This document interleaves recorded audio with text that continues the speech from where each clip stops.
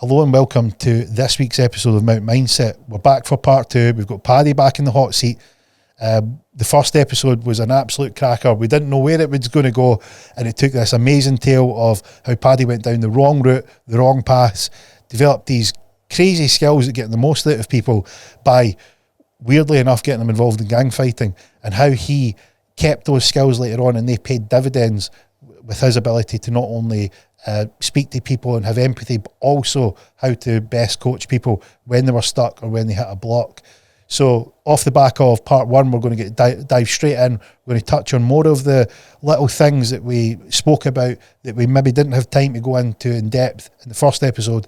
We're going to go into them now, and then we're going to pick up from where we left off, where we find out how Paddy found his purpose, how he found it in calisthenics, where this all came from with the visualization when he was injured and had a spinal fracture, and then how that's morphed into the Highland Calisthenic Games, which is an event here in Scotland, how he went to set up a federation to promote Scottish athletes, his vision for the future with calisthenics and the power and impact that's had in the people that he's coached so far, why he's driving the community forward, and the power of one-to-one coaching. So without further ado, let's dive right in. So we're back, part two.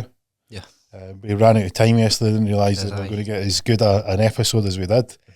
We covered off a lot. Yeah. And we went into some of the stuff in your childhood, which is great because we found the formative part of your years that have developed into these skill sets that you've been able to keep and use today. Yeah. We'll cover them off later, but I thought we would dive a bit further into some of the stuff that you discussed, because a lot of people have these sort of situations where their childhood maybe wasn't paradise. It wasn't, the typical way growing up.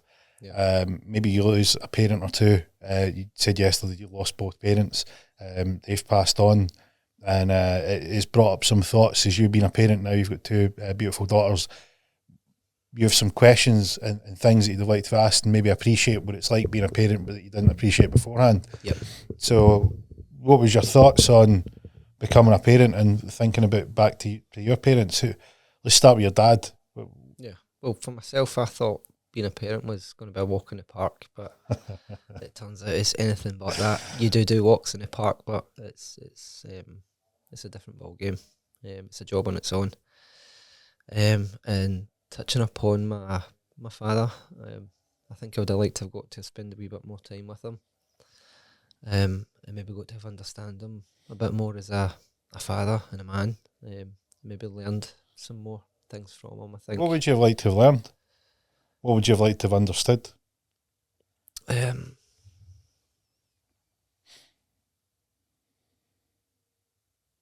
Just the ways of him growing up, the ways of how he's lived, and maybe just learned a bit more of that. What do you think you would have got out of that? Like, say he gives you his story, say you learn about him, say that you find out about his upbringing. What would you feel that you would get? Peace of mind, I think, would be something there. I don't know. Peace of mind from what? The unknown. Yeah. I think I'd like to have known him more. Maybe I've got to spend more time with him individually. Mm-hmm. Whenever I did get to spend time with him, there would be other siblings there or whatever it may be. So yeah, I think it would just be to spend more time with him on an individual basis and get to know him a bit better. Mm-hmm. Yeah. And do you think that you'd want to, are you looking for sort of answers to why maybe you do certain things or certain traits? Is it, I mean, because it seems that you're looking for an answer to something. Like, you want to spend more time about him and you want to get to know him a bit better. But to what end? Like, to what are you looking to achieve? And typically it's... Yeah, I feel like there's a lack of love, possibly. I don't know if... For you, for him, or him for you? Him for myself. Right. Yeah. I maybe feel that, and maybe that's what I'm trying to fill on my end. Mm-hmm. And now, me being a parent, I'm doing my utmost to fill those gaps. That maybe you doing any good? Yeah, I believe so. Yeah, it's taking me a minute. Sometimes you ask that question as a parent. He's not sure you're doing the right job. No, I believe I'm doing my utmost at the moment, and I'm relishing. Yeah, it's one of those. Do you find that your upbringing gave you lots of lots of pointers on what not to do. Oh, most definitely, yeah. Yeah. Because that's the thing is that we think that we can just learn from the people that are great in our life, but we can also learn from the people that didn't do a great job. That's it, and that's what makes us great as well. And it's not a criticism on people that don't do a good job, because you can take the same lessons from it. The lessons are, right, I know what not to do. Yeah. So you can avoid mistakes Yep. that you see people make. You know, and it must be frustrating for them to make them, but it gives you a good insight in what you should navigate away from. Yep, most definitely. And did they, like, have they feelings always been there, or is that something that's came on as you became a parent? This is something I feel it's developed the older I've got, and I feel like it's taken more of a toll since I've had my second child. I've maybe been looking for a better understanding as in how to parent, and maybe some tips or whatnot may have been. I'm not quite sure. And you wanted to ask your dad that? Yeah, possibly. Yeah. Do you think, I mean, it's interesting you say that, because what you're describing is someone that I probably wouldn't have went to for parenting advice. Yep, I know. You know, so like, it's curious that you. Yeah. Again, I don't know your dad, so I mean, maybe he was a great dad. Yeah. But what you described in the part one, yeah, I don't know if I'd have been rushing to say, like, look, heads up on, you know, how do you cool the bottle? I think I've just got a lot of unanswered questions in my head, and trying to fill some gaps with love that wasn't there. Or it sounds like you're trying to get that connection to him. You would want to strengthen that connection. Yeah. That you feel. I would even get times like in my later years when I'm 26, 27, if I'm on holiday, I would call him, and at the end of the conversation we'd say like, "Love you, Dad," and he would have a response of like, "You're a bit old for that now, son." And now I'm like, oh, why was he in that mindset and speaking to his child like that? And would I speak to my child in such a way? And what is the impacts of that? And such a thing that he said affected me for months. Do you think that he struggled to show love? Yeah, I think he never got it from his parents. So he found it difficult to give? Yeah. How do you think you'd have had that conversation with him? You're trying to break into that hard shell, aren't you? Yeah. I think it may have started with a couple of beers. Softened them up a bit. That's it. But we never quite got there. I got to take him over to Dublin, going back a couple of years ago, and the two of us got to spend some time together, and it was magical, pretty special, to be honest with you. And it was one of the last times I got to spend any time with him. So yeah, I treasure those kind of moments. You're really quite nice, aren't you? Yeah, to be honest with you. They brought up a good boy there. Yeah. What about your mum? I don't own her. I love her. She's my biggest fan. She's been my biggest supporter. She's encouraged me to be the person I am today. She's always tried to steer me in the right direction, advise me in the right way, and just be there for me whenever I'm in the right or the wrong.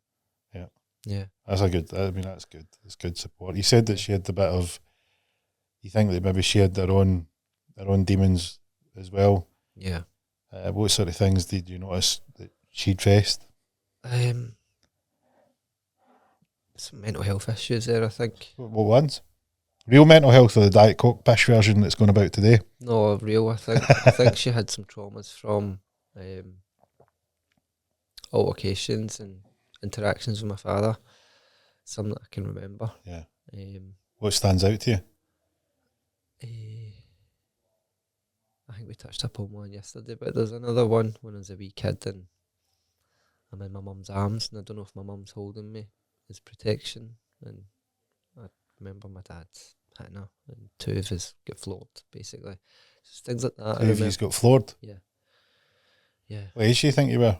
I was about 4. Do you remember that? Yeah, very clearly. We fell into the fireplace and whatnot, and I stood up like I was a man, and I said, "If you hit my mum again, I'm going to kill you." And I never seen him hit her again.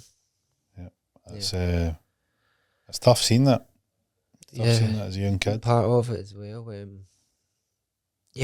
But now me growing up as well, being a man, I can feel the love for my wife, and I can understand the love and passion as well that my dad had for my mum. It may have been uncontrollable in ways. He may not have known how to control it. he may have needed some counselling or help or whatever, but yeah, it was a sad situation to see them break up and how they broke up. Yeah. Do you think that situations like that, maybe speaking to somebody would help, some sort of counsellor or some sort of something of that nature? Yeah, definitely. I think you need some sort of like mediator. Yeah, you go back and forth from. It seems crazy because looking back, I mean, I spent time in mental health wards visiting, and you see people with real mental health issues, and it's very, very discernible that you say, right, there's something significant here. Yeah. Like not, and you look at today, it seems that a pendulum is back sort of 25, 30 years ago. Yeah. It was prevalent and people wouldn't open up, and they needed to open up, and that was part of the path to heal. Yeah. But they were very, very reluctant to do that. Yeah. And then now in this day and age, it's swung so far the other way. Like the sweet spot's probably in the middle. Yeah. You say, look, you need to open up. You want to try and get here, but it's the pendulums went so far the other way, where everybody's labeling everything as trauma or PTSD or this, this massive sort of mental health issue. Yeah. And they really don't have mental health issues because they're labeling normal emotions like anger or frustration or disappointment or with these powerful labels. And it's like if you call yourself something, if you call yourself a duck long enough, one day you're going to try and quack. Yeah, that's true. And you go, look, you need to be. It's a fine sort of line between the two of them. And it sounds like what you were when you were describing about your mum. It sounds like she was bottling it up. Oh, she did. She never went and got any help. I think that's been the same for my dad growing up, same for my mum, and I think they've just not aligned. They've tried their best. They've had me as a child. They've got through as many years as they could together, and obviously they broke apart come myself being about 8, I believe it was. Survival mode. Yeah. Sounds like that's where they were. Yeah. What other stuff? Obviously we've done part 1 yesterday. What other stuff had popped up yesterday that you thought that came out?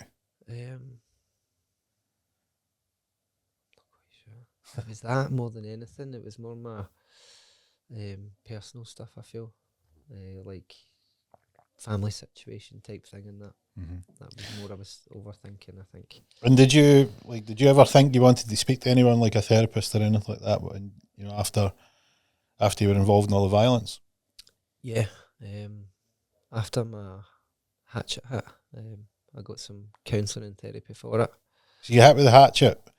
What was the aftermath of that? Because we didn't go into much detail with that. No, so you got hit with the Hatchet. Where did you hit in the face? You showed me the scar on your chin. Yeah. And I think you said you got hit in the hand when you put your hand up. Yeah.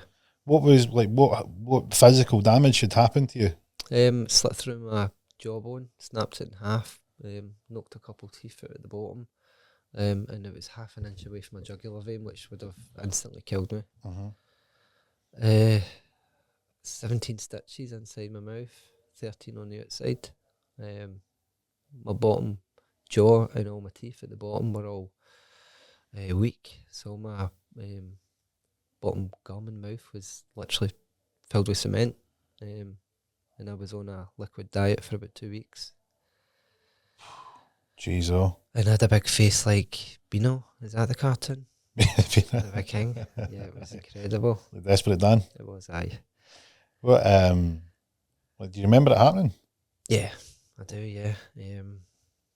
Pretty horrific experience, to be honest with you. I was only 17 years of age. I felt like I was 37. I felt like I knew the world. And yeah, just out with some young ones drinking, and an argument happens, and one of the older guys from the gang pulls a hatchet out and chases some of the younger boys. I was one of the younger lads. And yeah, I received the traumatic end of the hatchet. And did anything come of it? Like, did you report him to the police, or was it? He was caught on CCTV, so he was, and he was automatically given 18 months in prison. I think he'd done about 9 on good behaviour. 9 months? Yeah. It went from attempt murder to serious assault. I don't know what that was about, but it was on camera. Aye. Jesus. 9 months for hitting somebody with a hatchet a half inch away from their... A kid as well, I was 17, What age was the guy? He was about 22. Would he end up doing? I'm not sure, to be honest with you. I've never really come across him. They're either dead or in jail or turned their life around, found God. It's usually one of the three. I hope it's the last. I really do. You get the occasional like millionaire where they had something in them, they screwed the nut at some point along the line. Yep. And then they went and took off like a rocket ship. Yeah. And they have this wild story about how it began. That's true. And you go, how did you end up here? Yeah, done this, I've done that. What happened with this scar? We'll tell you a story. Yeah, there's a story behind everything, right? So you were 17, hit by a hatchet, and it didn't put you off? No, I was still in round about the gangs and doing gang fights and organising them and those sort of things, shoplifting. And did your mum know this at this point? Is she not telling you to get out of this? She was aware of it. I don't quite think she could stop me at this point now. I felt like I was the main man in the gang. Everybody would congregate at my house before and after the fights. We kind of had that open door kind of policy.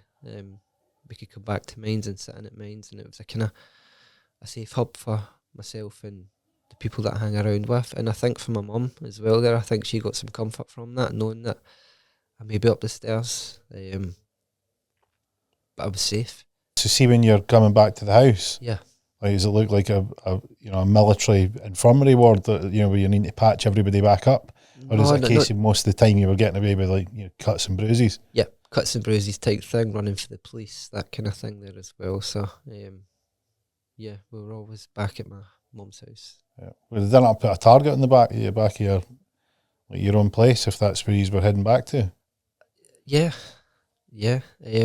I remember being in the house one night, and during the night I heard this almighty smash on the front door, and somebody hit my door with, I believe, like a meat cleaver or a hatchet of some sort, but there was this big knife chip in the door, which woke me up.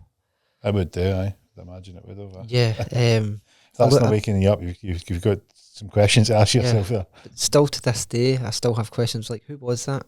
Never heard anything from it, don't know where it came from. And but there had been one or two altercations. That's crazy. Where the trouble ended up back at the house. So the door gets hit with a hatchet, and you go, when are they coming next? Are you living in perpetual survival mode? You must have been on edge a lot of the time. Not quite. I felt confident enough to be able to hand myself and protect my family at that time. I felt like the skills that I thought I had then, life skills, I thought that was enough. You completely deluded. Yeah, I think I was, yes. But it's got me this far, the confidence that I've had. Yeah. What did you... so you were telling me yesterday that you went into this mode where, for people that are... You go and check out the first episode, but you at the age of 12 got involved with the wrong crew. You found significance in that you could be the leader. You were organising these fights, which gave you an ultimate buzz, an ultimate high. Yeah. You were good at sports, but you were being led astray by this higher impulse to feel good, to get that rush, to get that feeling. Yep, I was getting more from that than the sports at the time. Yeah, you were getting that ultimate high, and you were seeking that instant hit rather than playing the long game, because it's the age-old situation with instant gratification versus delayed gratification. Yeah. You had delayed gratification if you went down the path of playing football, getting signed, staying the path, hopefully getting into a career as a sports person. You could have went down that road. Yeah. That was delayed gratification. You were wanting the instant hit. Oh yeah. The instant hit was Friday night. Let's get these fights organised. We're seeking that thrill, that buzz. Yep. You're creating that atmosphere. Yeah. Not realising the long-term impacts that may have. Well, this is the thing. It's like, if you... Like, diet's an easy one. Right, if you eat one chippy, you're not going to double your weight. You're not going to have any health issues. But if you do that over and over and over and over again, later on it shows up. Oh, yeah. Right, and just the same as if you're out of shape and you eat a chicken salad, you're not going to cut all that weight. No. But if you do it long enough, you're going to see the results. That's true. So the delayed gratification's got results, the instant gratification's got results, and they're miles apart. and that was what was happening. You were getting the instant gratification, and it was going to show up way later on. Oh yeah. And how was your mum with this? Like, because that must have been a lot of burden on her. Yeah, I believe it was very stressful for her. Did you notice that at the time?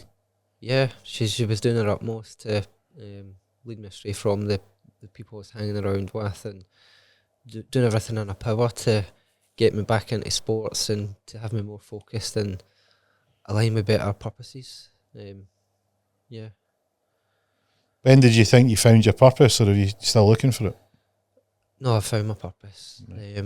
I found that when I was 26, but I didn't know I'd found it when I was 26. I believe when I was about 29, I realised that I could do this for the rest of my life and I could make something from it. Where'd you now? 33.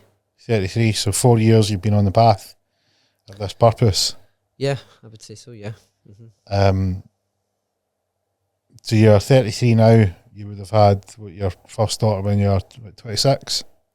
No, I get married when I was 26. 29 when I had the first. Oh yeah, it's 4 and 1, that's right. Yep. Aye, 4 and 1. I thought it was 7-4 for some reason there. Yeah, 4 and 1. So it's 29 when I had Mirren, and then 32 when I had Isla. What what happened when you became a parent? My whole life turned upside down. All the time that I had, my wife was gone. All the love that I got from my mum was distributed as well to my children. And I maybe struggled to adapt to that, I feel. What did you struggle with? The love that I was given before it from these females that were in my life, for them to then share the love. I feel like time, for example, I got, let's say, 90% time, and now it would be 60, 70 or whatnot, and it was maybe hard for me to adapt and learn the ways of being a parent and getting help and support and love being shared around me. Did you feel jealous? Left out? I don't. Maybe possibly left out. Possibly that. No jealous. Yeah. What was it like? So your nose was out of joint, you weren't getting attention? No, not so much that. I think it's more so roles being filled, I think. Maybe I could have stepped in a bit more. You sound like you were pampered before. Oh, aye. You were pampered. Yeah. You liked being. Yeah. You liked these women getting your attention, and Yeah. like you were. It's like you're the. I don't know. I'm the oldest brother. Yeah. But, you get the youngest one. Yeah. And the youngest one's always pandered to. Yep, spoiled and. And they always go. The big brother's always got it easy. Oh, aye. And I'm like, no. Oh, it's a younger one. The baby always gets it. The baby, the family's always pandered to. That was myself. Was that you? Yeah. I'm thinking, I'm like, this sounds exactly like this. Yeah. And then, lo and behold, when you're not the baby anymore, it's a change because you're no longer the baby. Yeah, and now the attention and the love and devotion that you were getting has been given to somebody else. That's it, and I now need to look at myself in the mirror as well and see that I'm grown into be a man, and I'm not quite this kid that you still feel like you are inside, and those kind of things as well that you have to kind of deal with those emotions. How long did that take you to handle? Still struggling. What did you do to come to terms with it? Spending more time with the family and just getting to understand how everybody deals with situations and how I can adapt with situations and why I feel certain ways and how to overcome those feelings. You gave me the fucking pamphlet in the health centre chat here. I want the truth. I want the truth. I know that you've read this in the back of some fucking leaflet. Right, what really happened?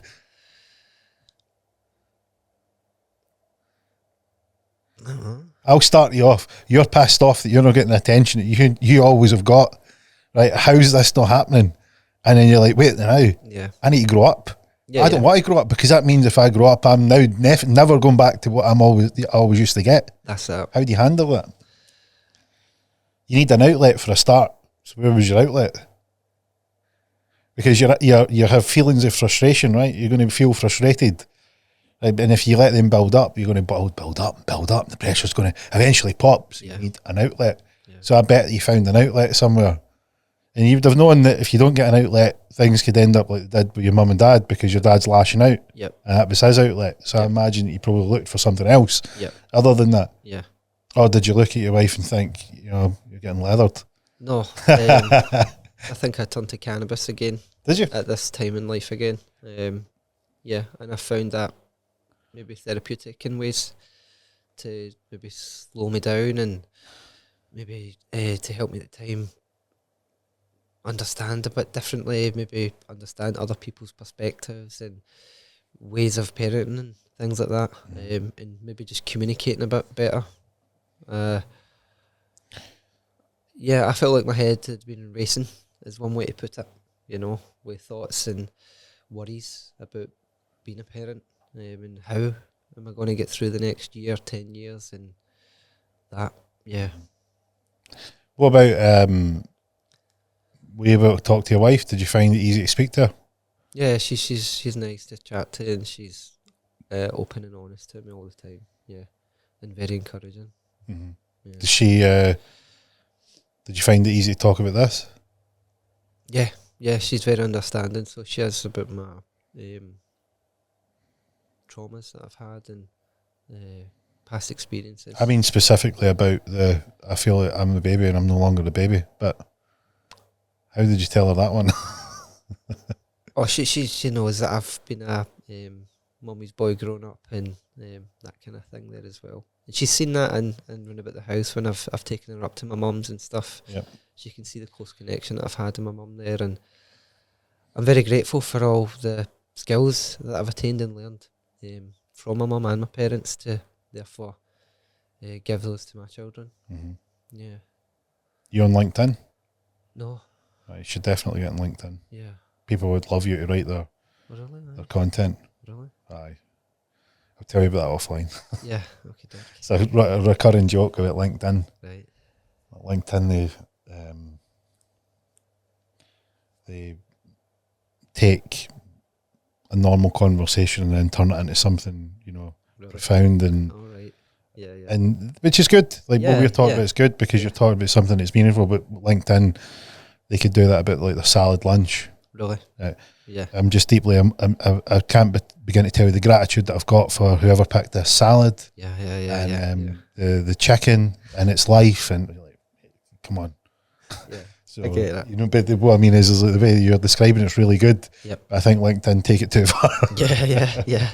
With the Pret a Manger baguette that they got for lunch and all that sort of stuff. Yeah. So you went on to, you've had the kids. Yeah. 29, you found your purpose. What was your purpose? Calisthenics. How did you find, so we spoke about this when you were 27, you were working in Aldi. Mm-hmm. So 27 to 29, what's happened is you've been working in Aldi, you started doing the calisthenics, you've fractured your spine. Yep. With a really weird accident with a kettlebell. Yeah. And all the things that's happened to you, it's a strange injury, to say the least. You, with your lovely wife, you have your first daughter, you have this weird situation that you're going through. I mean, it's a beautiful situation, but there's like a sub part of this that's going on, which is your position and your role is changing. Yeah. And it sounds like it caught you off guard. Oh yeah, and definitely. You're not only looking for your purpose at this point, you've newly became a father. It's quickly dawned on you, just like it dawns on any father. You've no idea how to be a father. Because it's that whole thing. You don't know how to do this. So you need to figure it out rapidly. Your wife's and your mother and your mum, who you're really close to, is now, the attention is going on them. So you've got a lot going on. Yeah. You got a lot going on, and you're imminently coming up to finding your purpose. Yeah. So how did that all play out? At the time, I was recovering from the fracture. How long was that recovery? I'm still in pain to this day. Yeah. The fracture's still there. I never got the medical help that I was needing. The excuse at the time passed between, because you said yesterday that you were told it was just a strain. Yeah. And then by the time you eventually got them to X-ray, there was a 3-month period. Yeah. Had your body started to heal, and it was now it was now beyond the point that any intervention could take place. So you were left with this sort of unknown bone floating about my spine area, yeah. And that was the excuse they'd given me. Time had passed and it was too dangerous to open up that area and operate on it. Which is fair enough, because I mean, if Yeah. you're up and you're active and you're actually like, you can manage, you've worked around it, Yeah. then maybe you don't want to risk it, because it's an extremely sensitive part of the body. That's true. Like, so maybe you go, look, Yeah. you know, I've done well healing up from this. Yeah. They've been good to know, right enough, you know, because it's. I know. But there was an instance when this happened to myself as well. There was a British gymnast, Niall Wilson, his name is. What's his name? Niall Wilson. Niall Wilson. Yes, I think it was around about a year after my fracture. I think he fractured the same vertebrae in a very similar fracture. Because he was an athlete, British athlete, he was taken in and operated on, and I think it was less than 6 months, he was back on the bar.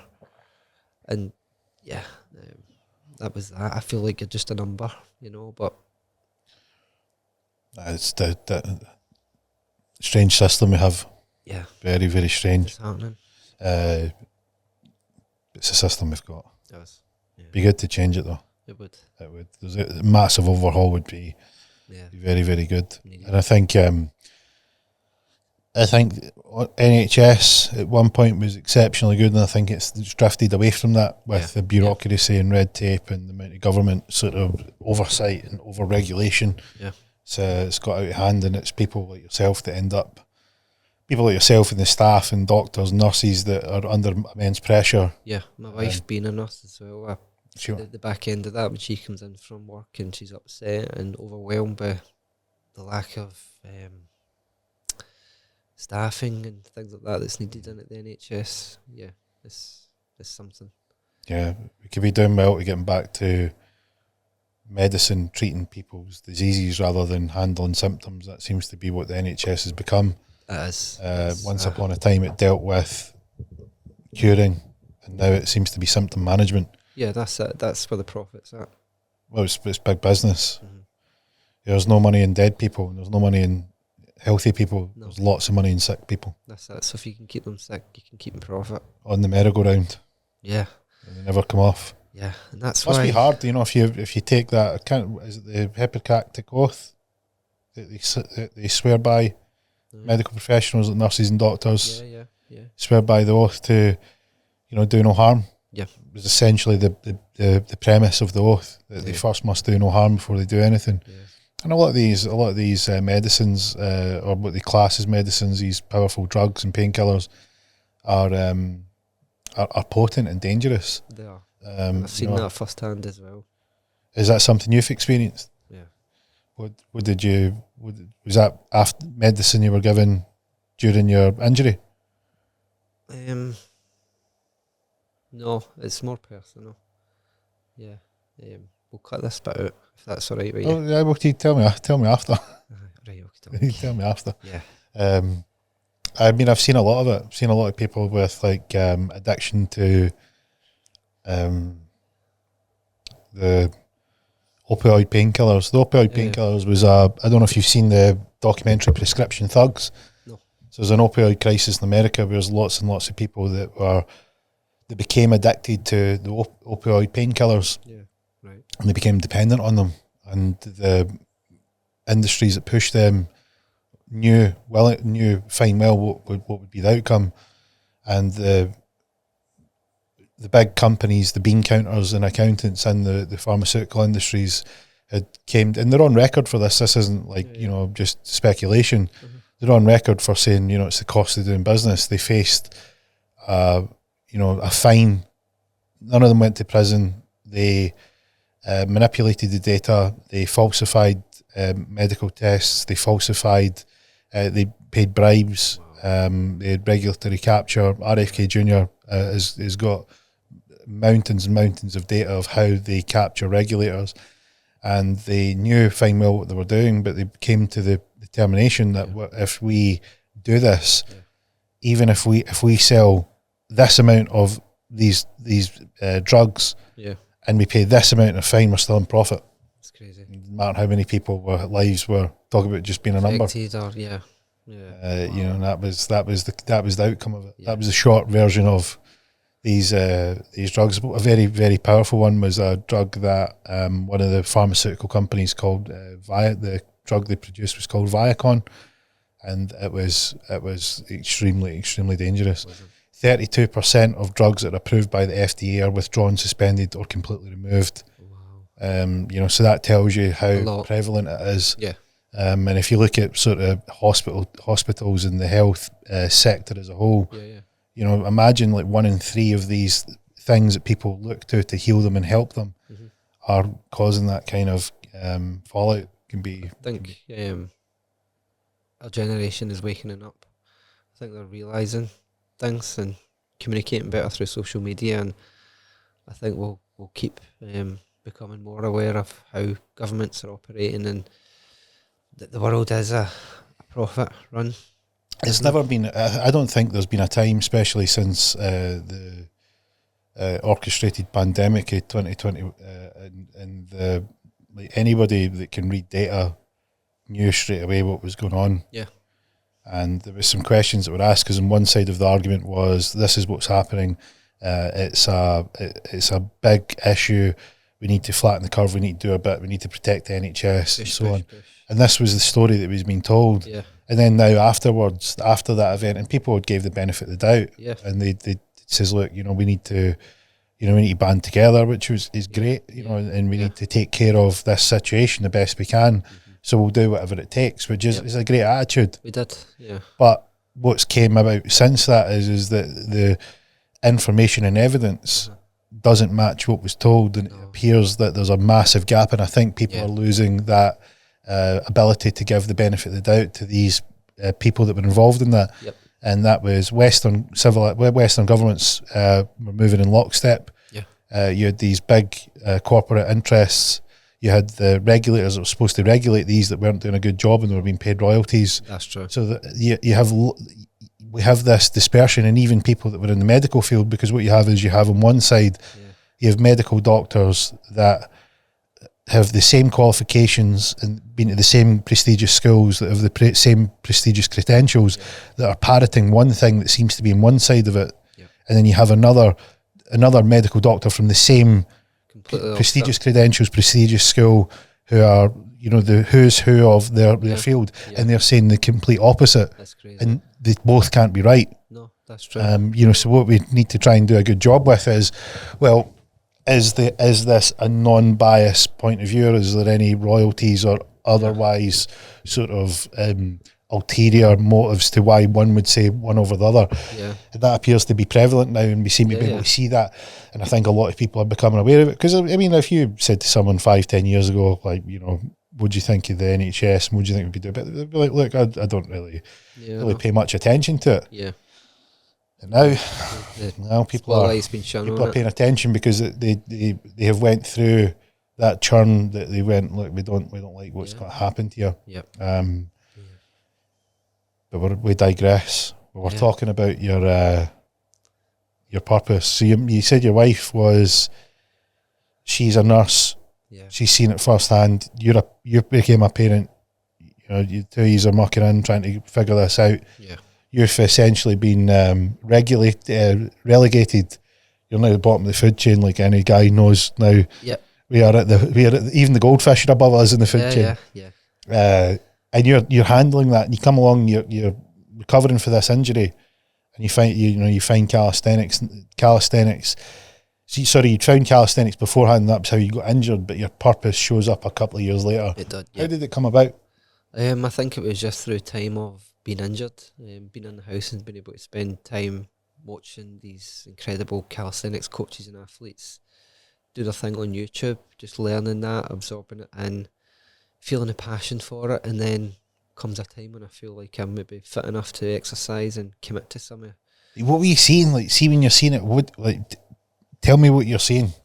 Just when I'm watching these videos of the guys doing muscle ups and the human flags with like weights on them and human flag pull ups, and it was really eye opening and inspiring to me. And I could see myself. What's a human flag pull up?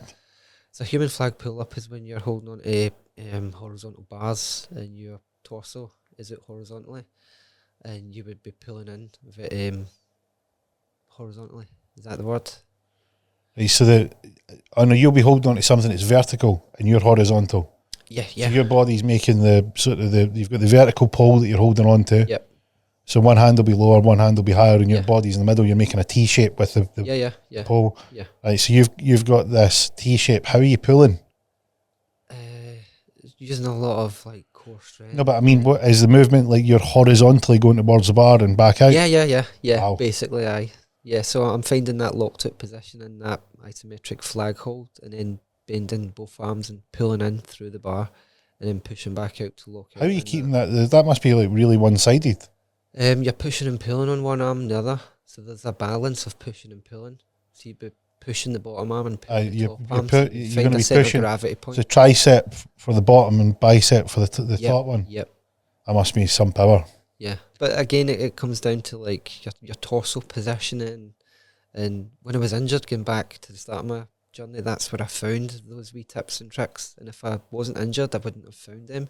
And I probably went out on my journey failing and stumbling, but I actually knew how to get into these positions when I was ready. How did you know? Were they was it tutorial videos you were watching? Yeah, basically. Right. I watched quite a lot of Calisthenics, they're called. Watched a lot of their tutorials, and they broke down a lot of movements and routines and sets and how to achieve set skills, and it was really informal. And it put a fire in me to get fit and try these things and challenge myself. And what was it? So did you have something that you wanted to nail when you got back to fitness? What was the first thing? There's always the North Star of what you wanted to do. I just wanted to be an athlete. I wanted to be able to go out there and... No, I mean the move. There would have been one of them. There would have been a move. The skill would have been a muscle up for me. Right. That is one of the beginner type skills that you would first train for. But still to this day, it's my go-to exercise, and it's the one that I'm most passionate for. How many can you do? Unbroken, I would say around about 18. What's unbroken mean? You mean without dropping off the bar? Yeah, and clean, strict as well. What's a clean, strict one? No kipping in the legs. What's kipping? Where the knees come up or the legs bend, or the legs swing forward in any way. So it's just a very strict movement. Everything stays straight. Right.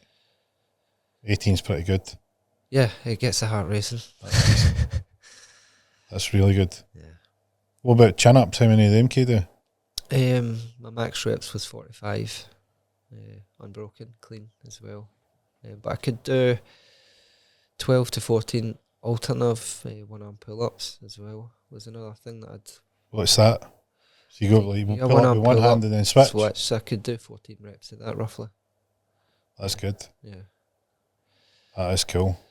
So the muscle up was the first thing when you were getting back to fitness, you're like, that's the one? Yeah, I found that pretty cool, and you could do it in gyms and things like that. So it was pretty quick to train on and learn.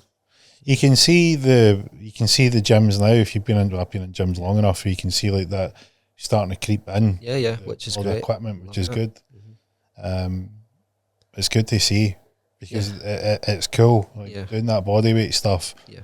And even like what are the rings called? Have they got a name? I only call them the gymnastic rings. That's basically what they're called. Yep. Yeah. Are you getting like the calisthenics and gymnastics? What's the sort of overlap between those two? Because they seem to be quite. Yeah, they're very close sports.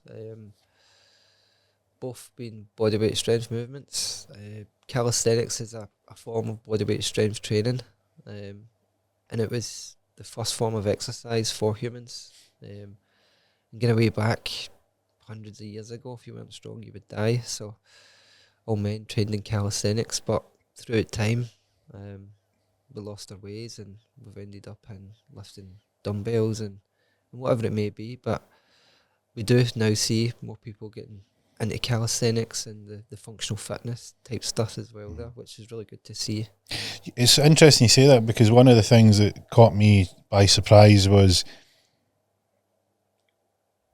you know, when I started training, you'd be doing push-ups and pull-ups and that type of thing, sit-ups. You would be just bodyweight exercises, nothing fancy. Like, no, you weren't making flags or anything. Nothing cool like that. But as the gyms had morphed, and it was always this isolated movement with a machine or a piece of a weight. Yeah. you would be, I remember people going like, "Can you do a pull up?" And I'm like, "Of course." Yeah. And they would be surprised. Yeah. They'd be surprised. And it's strange because there seems to have been this sort of fade away from being able to do functional strength movements. Yep. And it caught me off off guard, because I would think, surely you'd be able to do a pull up. Yeah, you would think anybody could do a pull up, especially 9 out of 10 guys that go to the gym. But you would be surprised if you actually had to go and ask them to do a bodyweight pull up and how they would commit to that. Yeah, it's crazy, because again, we think we touched on it yesterday, where it was, there's the relationship between your strength and your body weight, and you get, like, I don't know if you've seen Anatoly, his videos, and it's a prime example. You don't need to be big to be strong, and you can be big and you can not be that strong. But generally speaking, the more muscle that you've got, and if you're training properly, you're generally going to be stronger. But there's a relationship between how heavy you are and how how that parlays into a body weight exercise. So I always think it in power to weight ratio terms. So if you are light, or if you're light, then your muscles should be strong enough to move that weight, and if you're big, your muscles should be strong enough to move that weight. True. And I think the true test of that is calisthenics. Oh yeah, definitely. There's no more pure arena than that, where like, okay, you've got that body, let's see if you can move it. Yep, exactly. And I think it's cool. Like, I think that's pretty smart, because it shows your weaknesses. It demonstrates where they're at. So you watch these videos, you're injured, and you're picking up these tips. You're like, when I get back to fitness, I'm going to start. It was muscle ups. So you get into the muscle up. How long did it take you to do your first muscle up? Maybe 2 or 3 weeks into my journey again. So I'm 2017, probably in about August time, I think it was. 2018, sorry. And so I would probably been sitting with a neck fracture about 6 months at this point. Still fractured, still in pain. But I felt like I was maybe ready to start doing something. And it was light movements like scapular push-ups and things like that as well there. But having that visualization of being able to do it. What's a scapular push-up? So it's like a high plank where you shrug your shoulders type thing. So I've been doing a lot of that, which was strengthening my scapula and my upper back, my neck area. Because all of that throughout my injury time had got really weak, and my posture had got worse and things like that. So that was my first step, was to strengthen my back. And I found when I started training muscle ups, I got it in a couple of weeks, but it wasn't clean. I probably could have been doing with a coach, but we never had any coaches.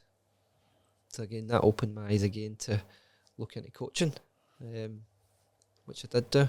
I felt confident enough to go and learn the ways of coaching and got the certificates, and then changed from trying to learn it myself to feeling confident enough to go into places in Edinburgh and things like this, and deliver calisthenics to what I knew as calisthenics at the time. How did you get involved in it then? Like, what was, like, how, like, is it one-to-one training? Were you doing groups? Like, how did you fall into it? So I came onto Instagram, social media, and I started sharing my experience of the neck fracture and how I was going to recover from it. And I was doing basic calisthenics movements in my house, and I received a message from someone who owned a gym in Edinburgh, and they asked me to come and deliver a calisthenics class for them. And that was the first kind of step towards coaching for me. Given that I had my certificates, I just wasn't fit enough, I felt at the time. Maybe not confident enough as well, given the injury I'd had. But the message had come in, and my time to call to go and deliver the session was there for me, and it was something that I felt like I wanted to do. And I'm glad I done it, because it changed me for the better. What happened? I went and delivered my calisthenics session. I told them all I'm injured.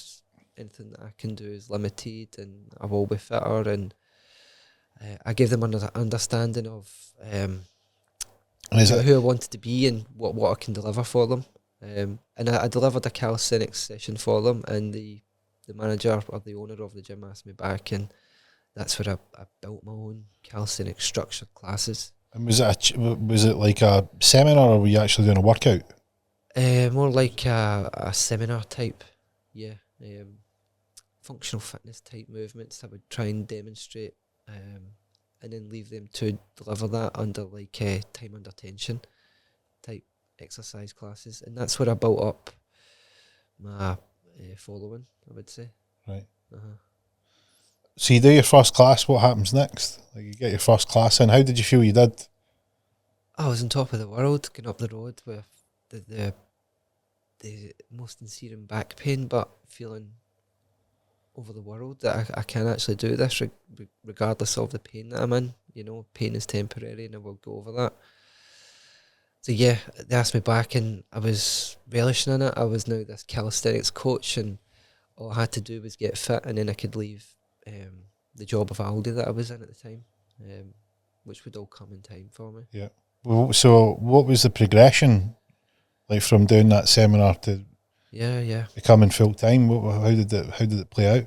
The gym owner from Edinburgh had asked me to deliver sessions weekly, a couple of times a week, which was the next step forward for me. I was still working in Aldi at the time and still dealing with this fracture, and still obviously in back pain, but looking to make that step to become a calisthenics coach more and maybe get out there a bit more. I was from Glasgow, still am from Glasgow, but I was living in Edinburgh at the time.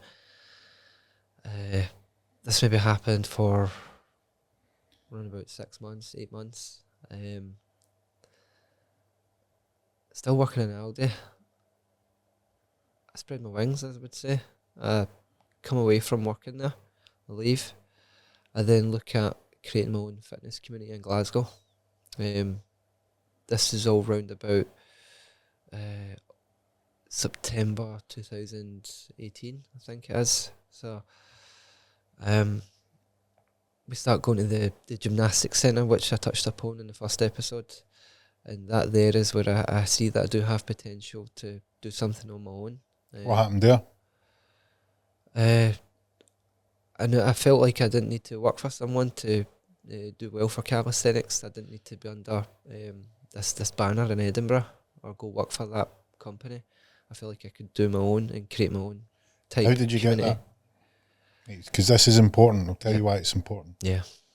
The hardest step that people go from, it's not necessarily the most monumental step, but the one that people find the most difficult is going from an employee to self-employed or a business person. Yeah. It's the hardest step that they find to make. Yeah. But you just said you went, I knew that I could go out and I could spread my wings, I could do this myself. Yeah. How did you get that? It would never have aligned for me, I don't think, if COVID never came around. I always feel like up here in Scotland it would have always been a struggle to do out calisthenics training outdoors in group settings or to run monthly meetups, or even to get the awareness out there. Still to this day, there's still a lot of work to be done. I feel like I'm diverging off there. What was the question again? You were away fucking wait to see we had to get the Coast Guard to come and get you back in. No, what I'm saying to you is that here's what was really good. Right, here's what we want to get to the bottom of. Yeah. You went from employee under the banner of a company. Yeah. Most people will do this. Yeah. I couldn't go out and on because I need their banner, or I can't go out and on because I need that paycheck. Yeah. I need that wage and I need that banner. Yeah, yeah. You said something there that made you realise you didn't need it. How did you get there? What happened? Because this is where the magic is. This is where the magic sauce is. That it goes like that in your mind. I feel like I was betrayed. Betrayed? Yeah. Which gave me the push to... How were you betrayed? I feel like by the owner of the gym in Edinburgh at the time. I feel like he betrayed me in a way. How were you betrayed? I was delivering the sessions and I went on holiday, which was agreed on at the time, to then see the class that I'd set up and grown, and it was all people that I'd brought in at the time. Another person came in and they delivered the session, and I think that got under my nails a bit. Felt a bit jealous that I hadn't been given a heads up on it, that kind of thing there.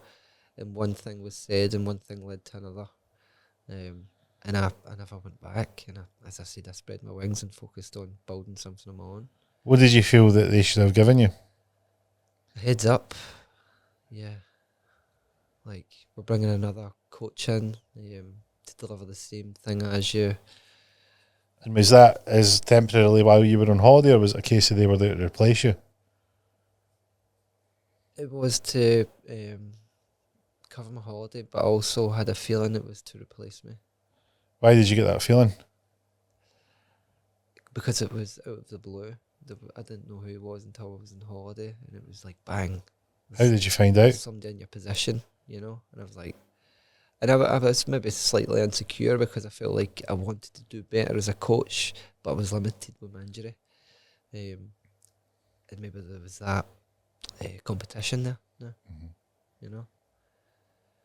So I stepped away from it and brought myself back to Glasgow. And what did you do for there? Started in a group setting, going to Belhouston Gymnastics, doing calisthenics there in a group setting. How did, like, was there an advert? Did you know somebody? Like, how did? No, it was off my own back. I messaged 1 or 2 friends that were interested in calisthenics that would come to Edinburgh to learn calisthenics from me. So I poached them and messaged them and asked them if they wanted to come and work out with me at Belhouston. I wouldn't charge them anything. It would be free. All they have to do is pay a fee to get in, and we could have some fun. Yeah. So from there, I've got myself more active on social media, promote myself a bit better, and messages start trickling in about what's this you're doing, tell me more about it. A group of 2 people led to 4, led to 8, which then led to me trying to push the meetups that we were doing in the gymnastics centre to an outdoor calisthenics park. Given that first one that we done was in Airdrie, just round the corner from us, and yeah, that was something. How are you answering the questions in terms of like your, you know, how are you getting by financially here? Because this is always I'm just running through what I hear all the time. Yeah. You know, the comfort, the excuse is a very blunt term. Yeah. But for the lack of a better word, excuse. The excuse why they don't take the jump is, well, I need to earn money to pay X, Y, Z. That's that. Yeah. How are you transitioning to like not working in Aldi, which is your money, your income? Yep. And how are you replacing income with doing these calisthenic classes? So round about, I think it was around about November 19 or what, COVID came round about. March 2020, COVID landed. Round about then, Yeah. So I'd been doing my thing from. So you were before you were already doing this before COVID landed. Yep, I've created the group. I've got less than 10 members in it. So when someone signs up for a membership, what is it there? It wasn't even a membership. It was just join the group and come and exercise with us in a group setting on a Tuesday at 8 o'clock at night. And is it like, do they pay monthly? They paying to join? Never received nothing. All I would get is them turning up on a Tuesday and we would work together. And is this in a park, or are you like what facility? Are they paying to get into the facilities? Yeah, right. Yeah. Okay. Yeah. So we get a bit of heating, obviously a bit of lighting overhead and things like that there as well. That brought us through the winter months. Right. And then round about, I think it was obviously around about March time, we're pushing to do the outdoor calisthenics meetups a bit more, but then lockdown comes in. And what's like a good spot to do calisthenics? Like, what are you looking for in an outdoor location? Just a couple bars. It all depends on where your skill set is at and where your strengths and weaknesses are at. If you're a beginner, you're not quite looking for a pull-up bar because you would struggle doing pull-ups there. It's just having a variety. I do believe in Scotland we're struggling. Not struggling, but we have a lack of outdoor gyms and a variety of them there. Is it mainly because the bars are fucking Baltic in nearly 6 months of the year?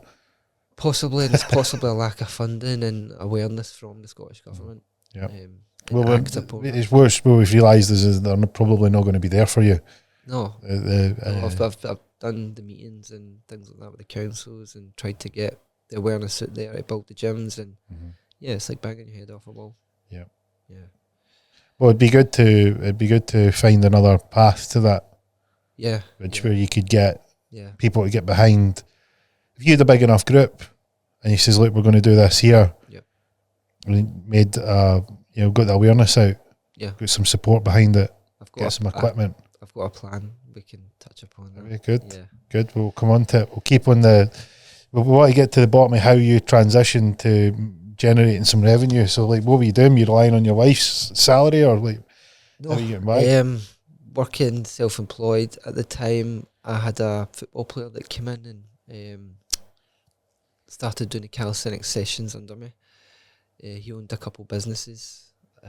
He said that I could work for the business and he could put me through the books type thing.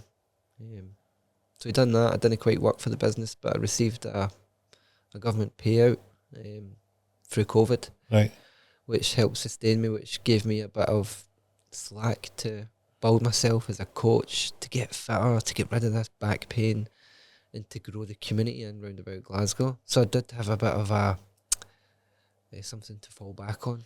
What's like, see for instance, you're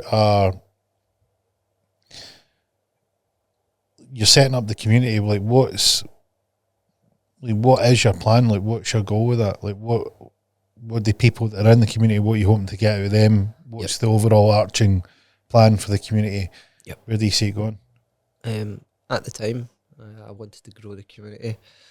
I wanted to have calisthenics parks in every local park and have everybody out the gyms training calisthenics, and just have everybody on the same page as me and how passionate I was towards calisthenics, I feel. Why do you think people are not taking up calisthenics at the rate that you would like them to? And what fears have they got that are misguided? Social media for one being a big part in that. I feel like they're on social media and know the bars. Yeah, I feel like some of the stuff that these people may come across on social media may be intimidating to look at, or to even think of trying, or how do you even go about trying. So I feel like there's a grey area between an understanding of the body and how it moves and how you can train to move and get in these positions. So it's a lack of awareness, I think. Okay, what do you think is when you talk to people that are beginners?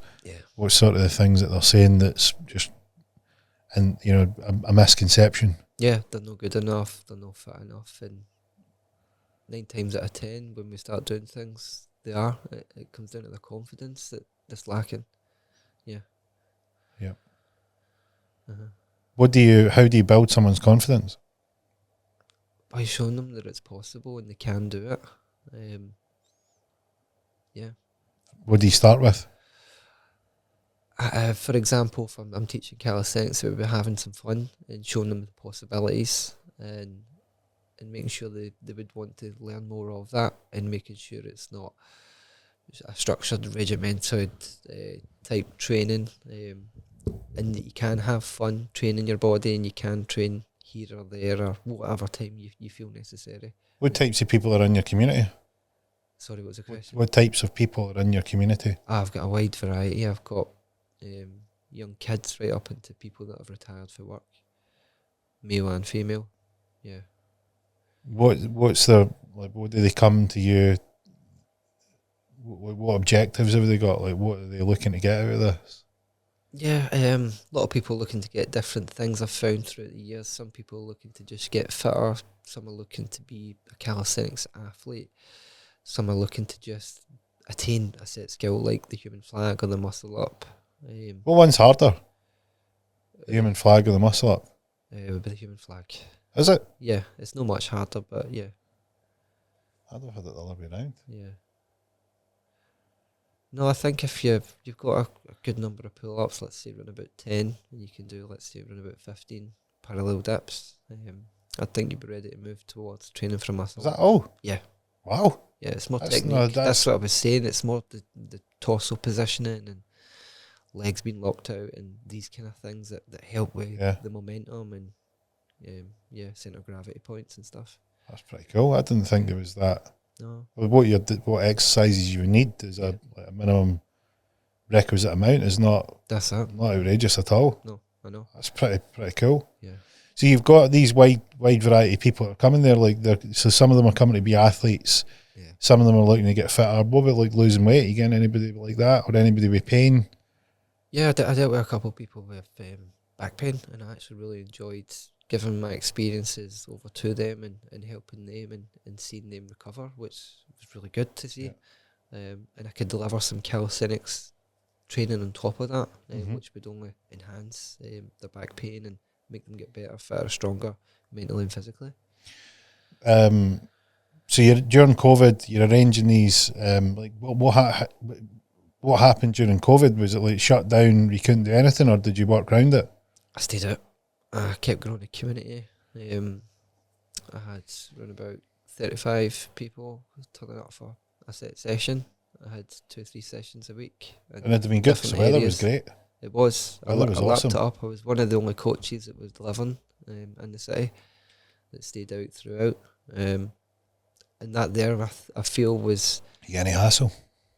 No, not a single person. No, good. No Karens in the place? Nothing. No. Yeah. That's good. That's a good sign. Yeah. I remember seeing the police at a kids' park, stopping kids going on the park. Yeah, really. That's unreal, isn't it? I remember I said to one of the police officers, "Is this what you signed up for?" Yeah.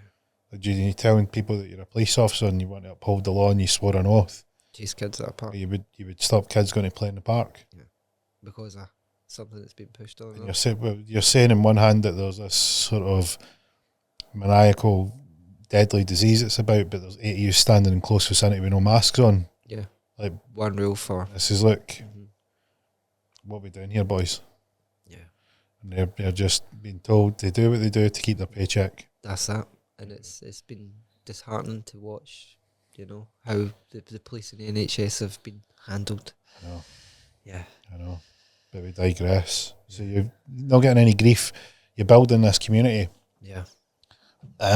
Word's getting about. Yeah, yeah. So what happens next? I then start going down south, down England, looking to learn and further my skill set of coaching. And you mentioned you'd found your purpose in 29. Or do you know your purpose at this point? So you must. Yeah. I knew when I was getting fitter. Once I started delivering the sessions up in Edinburgh, and the small community group I had started at this point, I knew that was where my passion was at, and it was absorbing up all my focus and energy, and it still does to this day. And what's your purpose? It's to teach people about calisthenics, and to have more calisthenics parks built in and around Scotland at the moment. Mm-hmm. Yeah, that's my passion. And did that help with not being the baby of the family anymore? No, didn't it? It put a spin on things. It made things 10 times harder, to be honest with you. Did it? Yeah. And it misaligns and realigns things in set ways. Yeah. Did it help with giving you something to focus on? Giving you direction? Having a kid. So you had the kids, and you think that was the thing that made it click? I need to do this now. Because I get the whole, when you have kids, it shakes you up. Yeah. And somewhere along the lines, you either let that continue to shake you up, or it's usually pointing you towards something. Yeah. Did you find that? No, I think it came to me earlier, and I think it was must have been during the time of lockdown and COVID, when I've got 35 people turning up to a session, I felt on top of the world and unstoppable. And I think then was when I realised I could do something and put all my energy into it. Yeah. Yeah. What did it feel like when you were doing that? What's the feelings that you're getting? Oh, it was amazing. The best. I was running about like God knows what, people are falling over and I'm running trying to help this, and then this person's caught in rings, and it was an experience, but I wouldn't change a moment of it, to be honest with you. It was a great coaching experience throughout the whole journey. Did you naturally fall into being a coach, or did you find that you had to learn how to do it? No, I felt like natural more from upbringing of learning the boxing and things like that. I felt like I had a good understanding of fitness behind me. Yep. Yeah. Yeah, but it's one thing to have an understanding of fitness. It's a different thing to have an understanding of people. And one of the frustrations that you have is that if someone is different to you, then you can't understand why they're making a mistake that is really obvious to you. Yep. And as a coach, that's something that's difficult to navigate initially. Yeah. Because what you need to identify is that you look through the world with your lens. You go, why would you possibly come up with? Why would you try it this way? Yeah. When you would be like, right, look, I need to show you how to do it. Yeah. But they seem stuck in their own pattern of doing it. That's true. Yeah. Do you know what I mean? Oh, exactly. Yeah. I've got a friend who always trained muscle ups on gymnastics rings, and whenever he would go and train on the bar, it was the same movement he would commit to from the rings to bar, and there was a struggle there, and I could see how that would transfer. Yeah. And that's the relationship and the rapport part of being a coach that really needs to develop. Totally. Because initially you think, why, I don't understand. Yeah. You initially don't understand why they would consider it doing this is the way to do it. Yeah. It can be hard. It's just the way they've broke it down and understood it, and the way it's worked for them. Yeah. But that's where us coaches would come in and make the changes and tweaks and pointers. Yeah, I mean that's the thing is you can get somebody that's really, really good at something, like fitness, calisthenics, but it doesn't necessarily make them a good coach. No. You get somebody that's maybe not as gifted at that particular thing, but they have a real natural way of coaching people. You know, and you go, well, even though you're maybe not the absolute like world class at this thing, you're actually very, very, very good with people and understanding how they do it, and that's what marks it. That's the mark of a great coach is figuring out people. Oh yeah. Sometimes tell them what they want to hear. It can help. Well, I've got. Do you ever tell you the story of my two pals? So it's a story of like we discussed it yesterday: negative framing and positive framing. So like they are sort of technical terms for basically the way people see things. So I've got two pals, and I've got one pal that no matter how well he does, you need to tell me shit, right? Because he sees this as he's becoming less shit all the time, right? And that's his view of progression. Right. So if you said to him, "Mate, you are amazing. That was phenomenal," he'd be like, "Oh, yeah." Right? He would cringe at it because he finds it hard.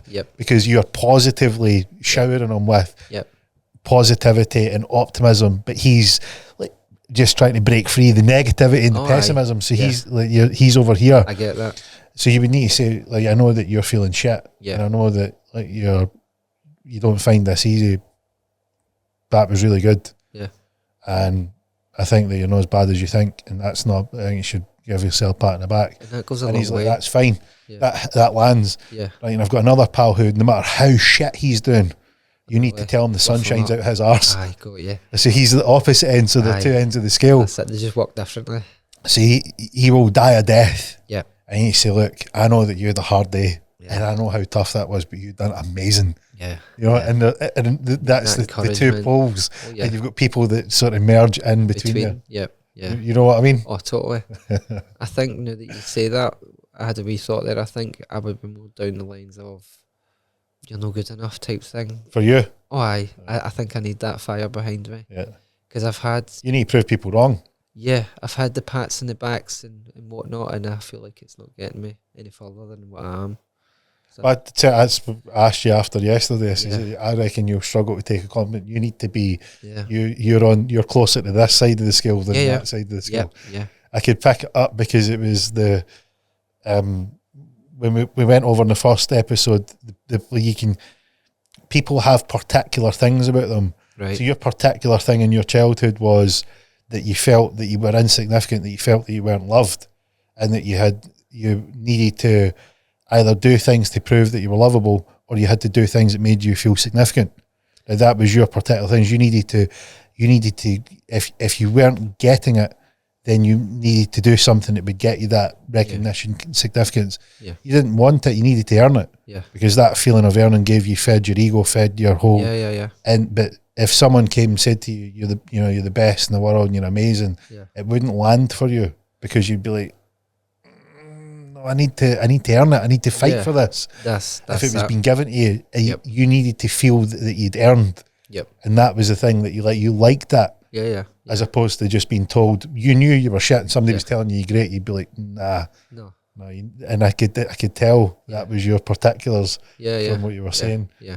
And because I think there's somewhere in the back of your mind where if someone says like they're patting you the back and you're amazing and you're awesome, I think there's a bit he's like, oh, I need to push more, I need to do more. Yeah, and what strikes me is your friend that you go to the gym with, Del, you come to them and you go, that's amazing, and I couldn't do that, I couldn't imagine doing it, and just pat yourself on the back, and I probably need him to come up and say, show me more, that's not good enough, where have you been? And that's probably the type of person I am for that push. And well, the great thing about becoming a really good coach is the first person you really need to figure out is you.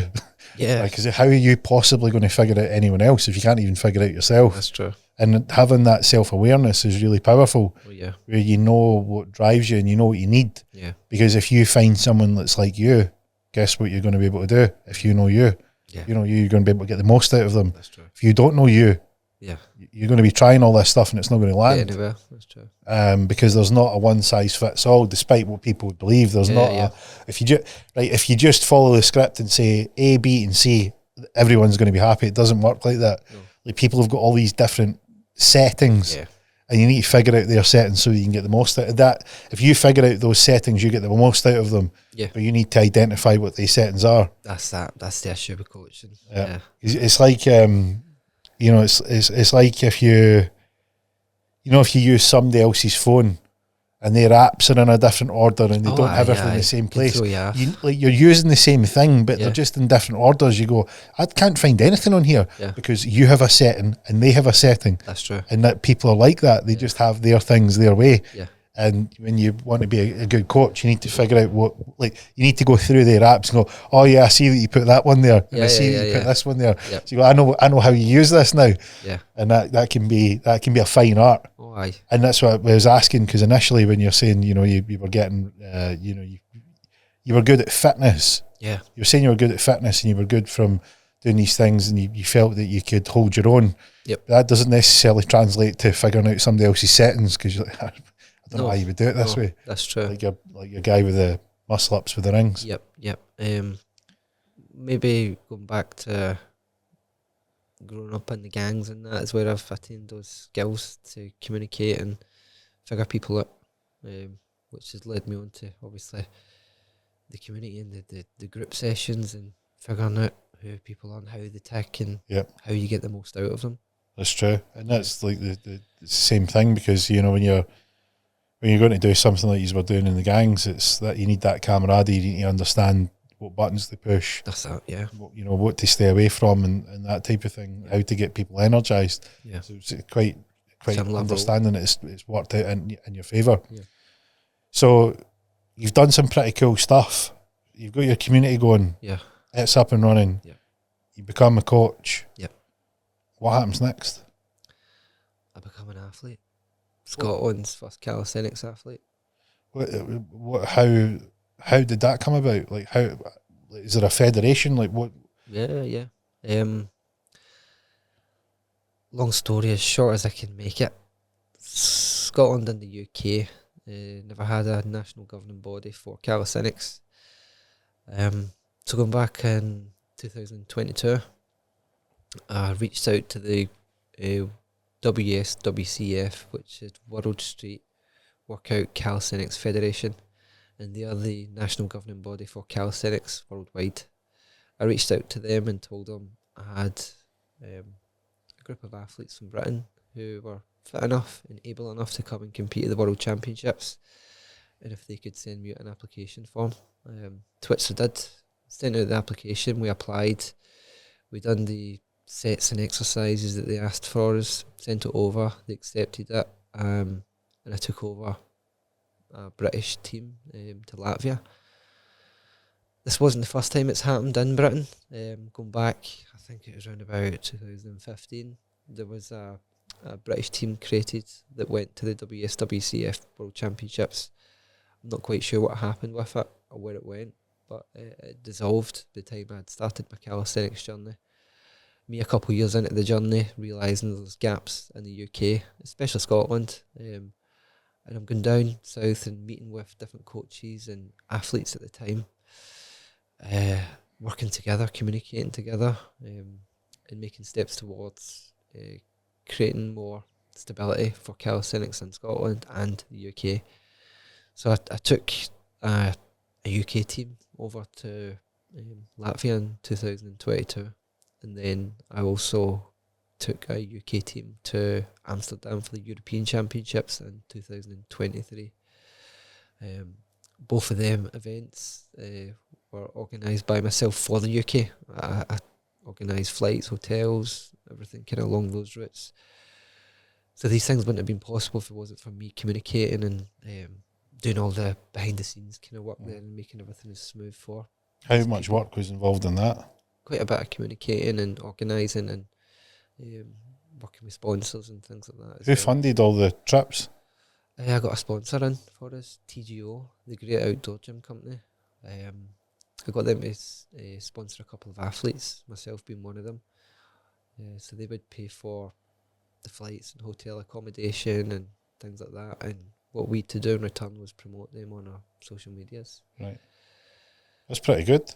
Yeah. It's really decent. So I'd been trying to grow the Scottish community, as well as seeing a gap in the athlete side of it, where we don't have a team and there's no British team or Scottish team or athletes. So I made the steps to create teams. I could then at this point call myself an athlete, a British athlete or a Scottish athlete. And I think it was after the European Championships in February 2023, I looked around and all the athletes I were with were all English. And I realised at that point that myself and the people of Scotland, with the lack of understanding and knowledge and facilities that we have up here for calisthenics, that we were years behind these guys in England. And I was lucky. I was lucky to be in that British team, maybe because I made it, I don't know. But I was part of it and I was grateful to be part of it. But I realised that Scottish athletes at the time just weren't up to standards. Myself being one of them. I'll throw myself under the bus there. So I realised that if I had to put all my energy into focusing on creating a British national governing body for a team of athletes or whatnot, it would take the opportunities away from the people of Scotland. So I stopped focusing on creating like a team for Britain, and I created a national governing body for calisthenics in Scotland. And in April there, 2024, I had my first Scottish National Calisthenics Championships held, which was a success. So we now have crowned Scottish Calisthenics champions. Where was the event? It was held in Edinburgh, Energized Gym. Brilliant. How did it go?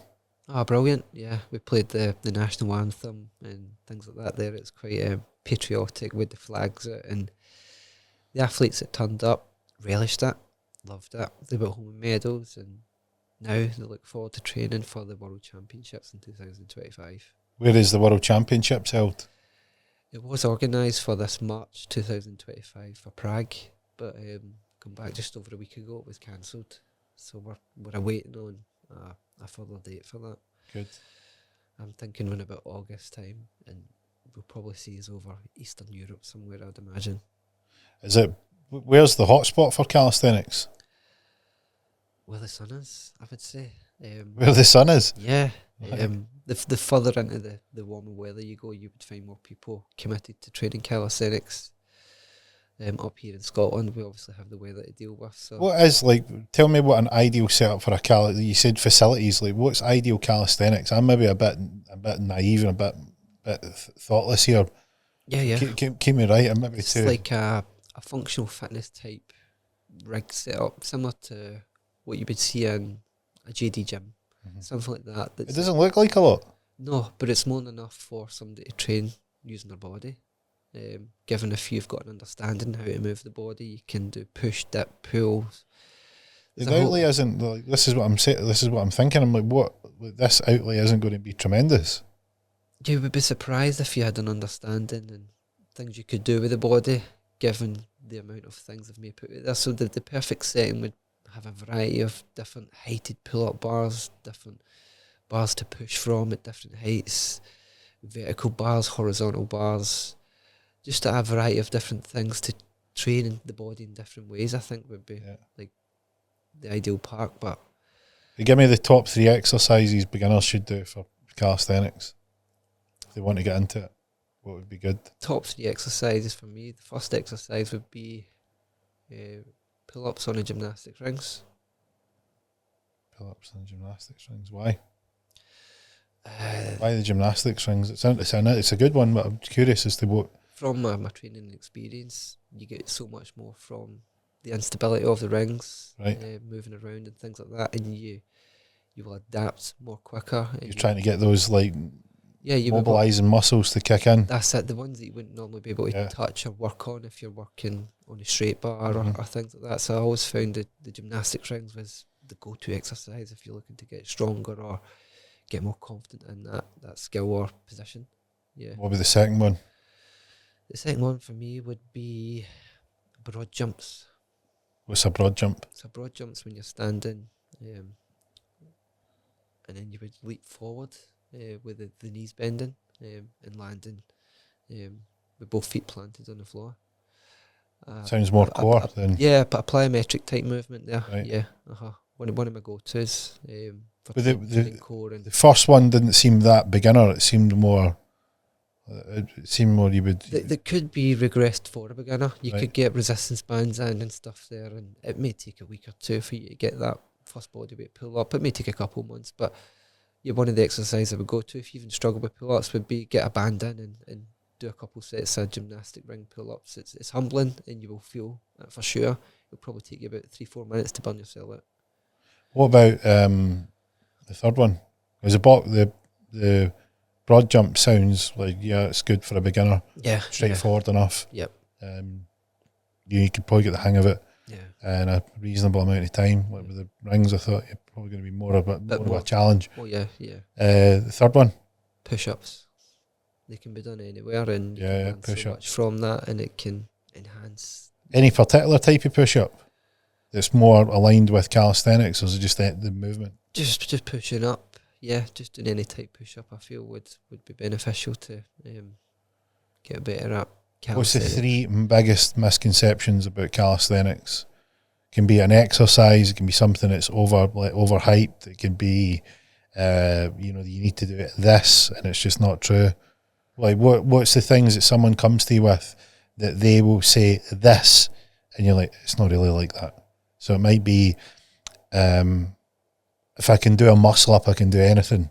Or it might be you need to be somebody that can do like X, Y, Z in the gym before you can start calisthenics. Or it could be you need to have an athletic background to like something like that. So some misconception that you hear regularly. I think having the athletic background one would be one. I don't quite think you need an athletic background to start training your body or calisthenics. So you can be a total beginner and start calisthenics. Yeah, definitely. Which makes sense. I mean, when I think of it, I get why people may think that, but I think you're moving your body. Yeah. So like as long as you've got a body and you want to move it, you can be a total beginner. Yeah. And you can start, because I think the biggest thing that people get in the way of themselves is they don't start. Yeah. So don't get in the way, just begin. That's it. And then you'll figure it out as you go. Yeah. I think another pre-misconception for me would be when you see someone doing one of these crazy looking exercises, there's always something that's tougher. There's always something that's more challenging than what you've just seen. I've noticed that doing calisthenics. You think, oh wow, that's the toughest move in the world. Like what? Give me an example of one. Planche comes to mind. Planche is the one where the person's hands would be on the floor and their torso and legs is out horizontally, and it's up like floating off the floor. So for people that can't visualise that, it sounds like someone's doing a push-up, but instead of pushing their chest up, they've pushed their whole body off the floor. Yeah, yeah. So their hands are the only contact point on the floor. They're that position comfortably as well. Right. That's a planche. That's probably the pre-misconception. Everybody sees that, thinks that's the latter exercise, the last toughest exercise that you could do for the body, on the body. Is it more balance than it is power? Both. There's a mix. There's a mixer. It sounds like the balance is what people would get, like they would weight that wrong. You're going to weigh up strengths and weaknesses on both of them and work out what works best for you. So it's the third one. It's the third misconception that people have. So the first one was you can put on muscle. You can gain muscle mass and strength from doing calisthenics. But people don't think that. Yeah. I see a lot of that. Surely not. Yeah, definitely. You see anybody that does calisthenics, I mean, you're not a big guy. Yeah. I mean, one of the things when I first seen you was I could see how sinewy and solid your body was. Yeah. Because it wasn't like you were, like, people wouldn't look at you and go, this guy's a bodybuilder. That's not your look. You look athletically and functionally strong. Right, yeah. Like that lean, sinewy, just rep after rep of hard work. Yeah.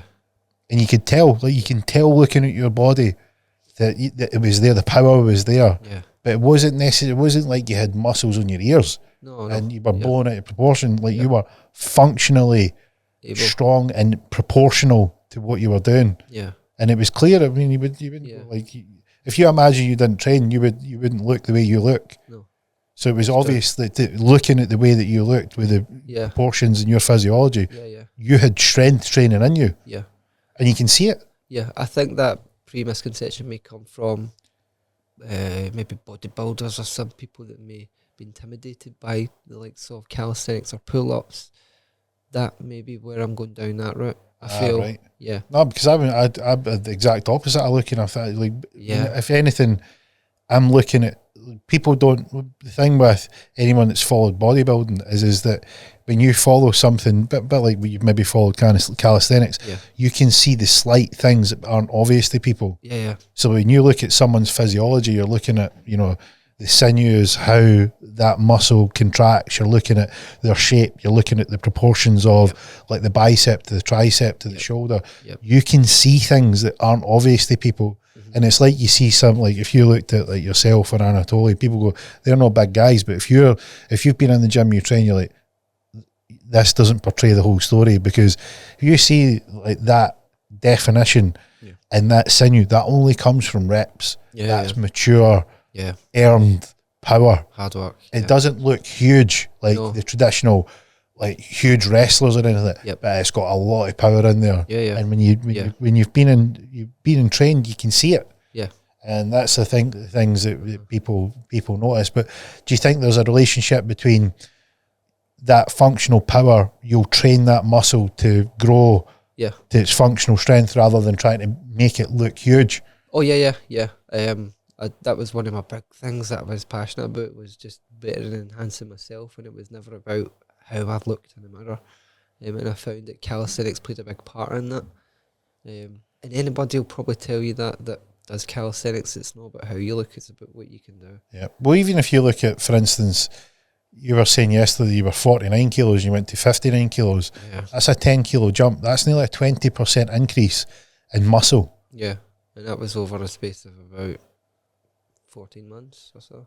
And this is what I'm saying, is like it's just a misconception where you go, look, because I could tell straight away, I was like, that's power. Yeah. Like, that's powerful, because it's, you could see with the physiology of your body, it was like, that's got the telltale marks of the reps and the work has been done. But it looks, the way that your body's shaped is that it's been shaped and formed by doing functional work. And that gives you the athletic look, a bodybuilder look, as they've tried to grow that muscle as big as possible, which hasn't been grown by functional moves in terms of functional calisthenics.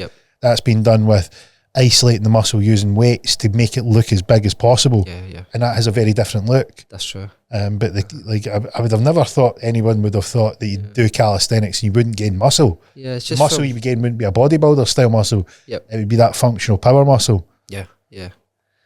Yeah, it's maybe just some of the stuff you come across in social media and things like that. I think can play a big part on people. And I think another one just to touch upon there as well was your weight. I think your weight, like you don't need to be 7 stone, 10 stone to start calisthenics. You can start at 21 stone or 25 stone. Everybody needs to start somewhere. Who's the biggest person that you've coached? What weight were they? I've coached people upwards of 15 stone, and I've had them in rings shaking like a leaf with intimidation, but coming at the session feeling like they're on top of the world. Yeah. That's cool. That's good. Yeah. So you done a challenge recently. Yeah. Tell us about the challenge, and what was why did you pick this challenge, and what were you aiming to bring and highlight? Yeah, big story. So recently I done a challenge of climbing the 3 peaks with a pull-up bar and matching meters climb for pull-ups on the peaks. So for people who don't know what the 3 peaks are, what are they? It is the 3 highest mountains in the UK. So you've got Ben Nevis, you've got Scaffold Pike, and you also have Snowdon, which accumulates up to 3,408 metres of altitude, which added up to 3,408 pull-ups at the top. Yeah, it was a challenge. The reason why I chose to do such a challenge, and the reason why I chose such a charity to do the challenge for, was one, I was struggling with my mental health. When?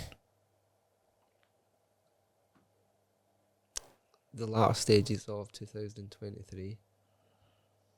Yeah. There's a lack of communication between me and my dad.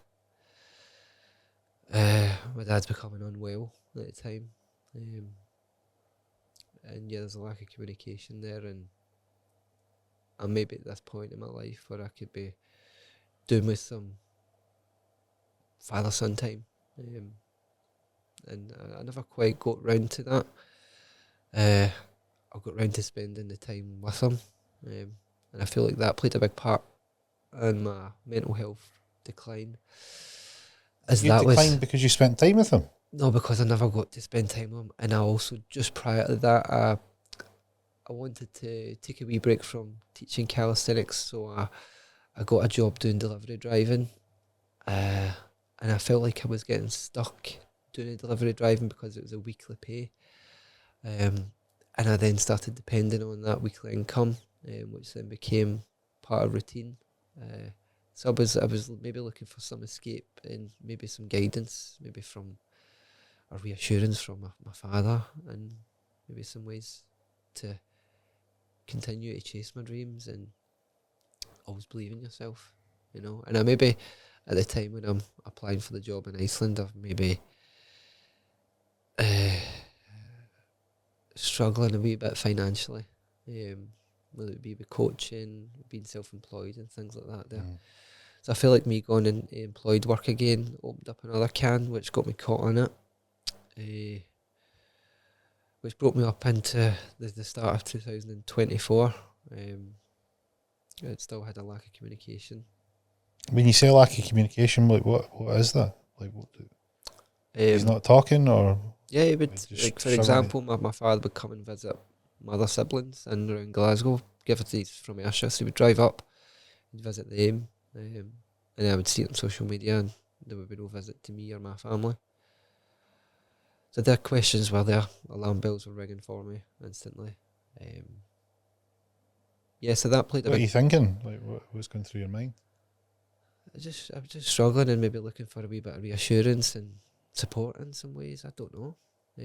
But yeah, it played a part on my mental health with working in Iceland, not getting... When your mental health, what's going on? Like, what is... Mental health's a broad brush. Yep. What are you feeling? Stressed with parenthood, stressed with the future, being overwhelmed with both of them.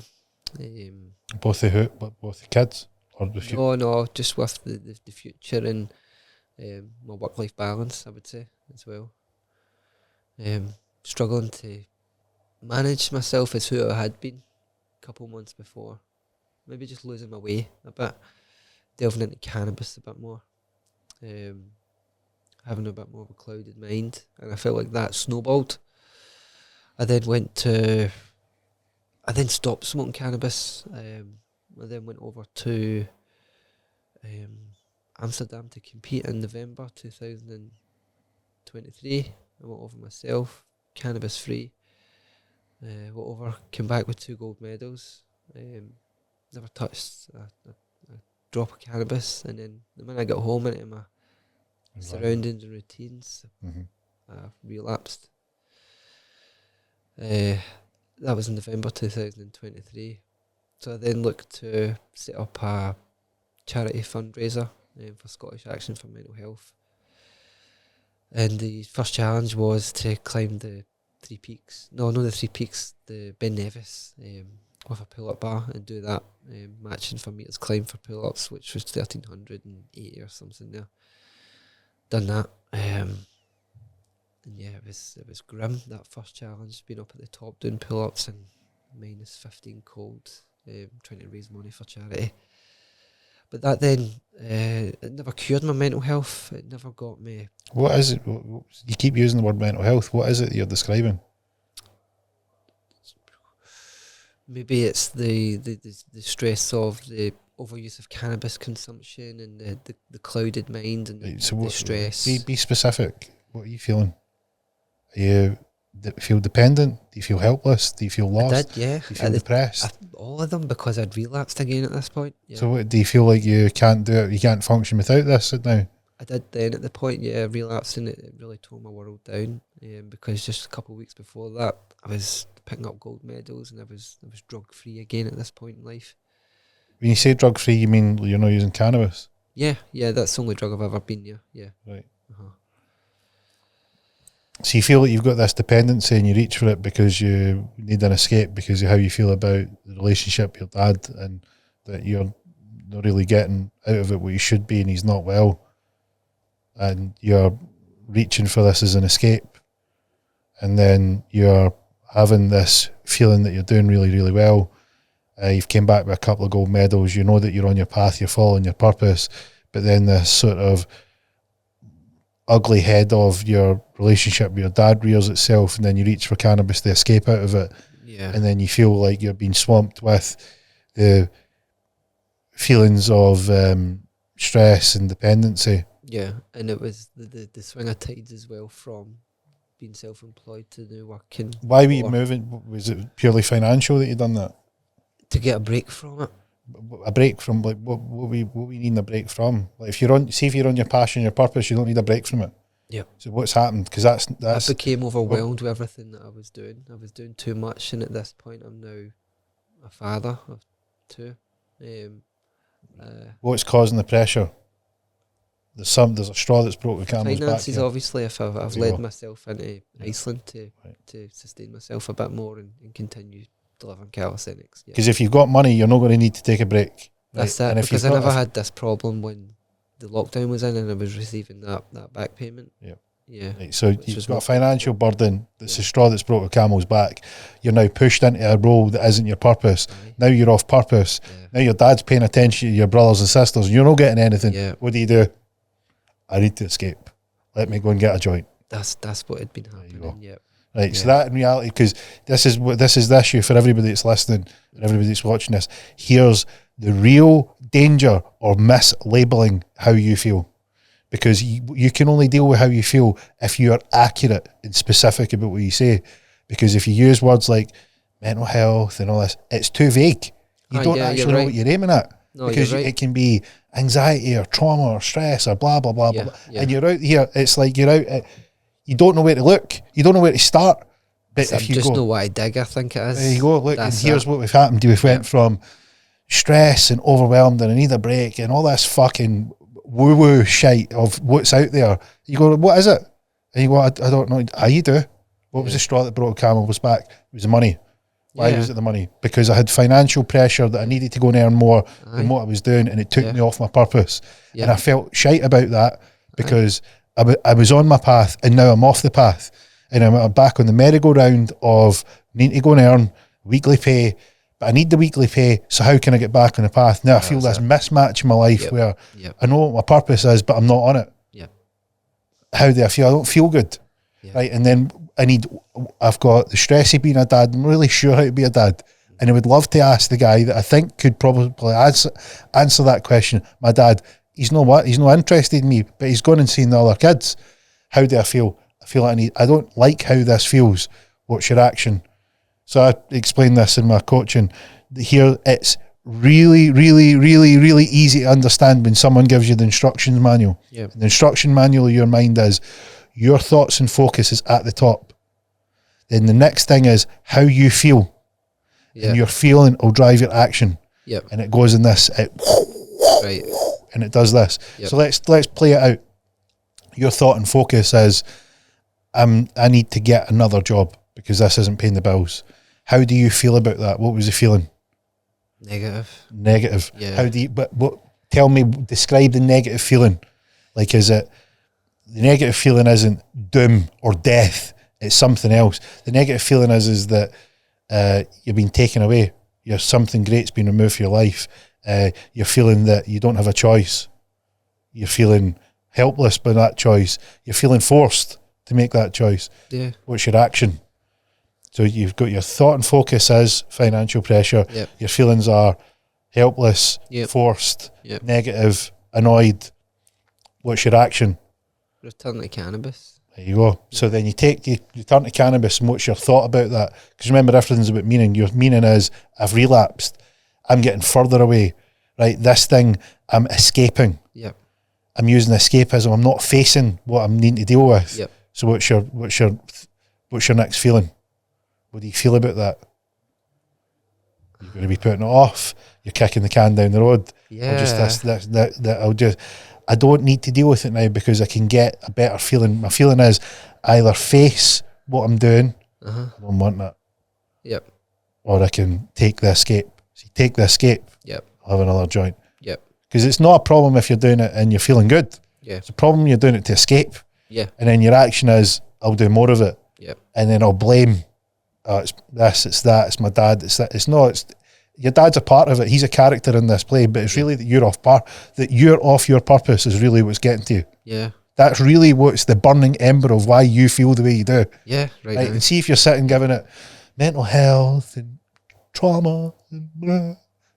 You're fucking way out to sea. Right. It's like, what is the problem? You go, I should be doing calisthenics and teaching people, and that's what I'm supposed to do. Yeah. And I'm not doing it. And I don't like it. So I don't know now at this point if I feel like I've lost my passion for it.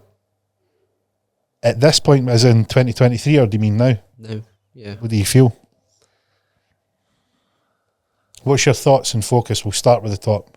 What's your thoughts and focus on calisthenics? I love the sport. I've always loved the sport. There's a long way for it to go before it becomes anything, and before it's more awareness out there. I feel like I've given my all to calisthenics, and I don't know how much more I can give. What do you mean you don't know how much more you can give? What What else are you going to do? Well, I've been there and done it. I've been an athlete. I've competed. I've created a community. I've been a coach.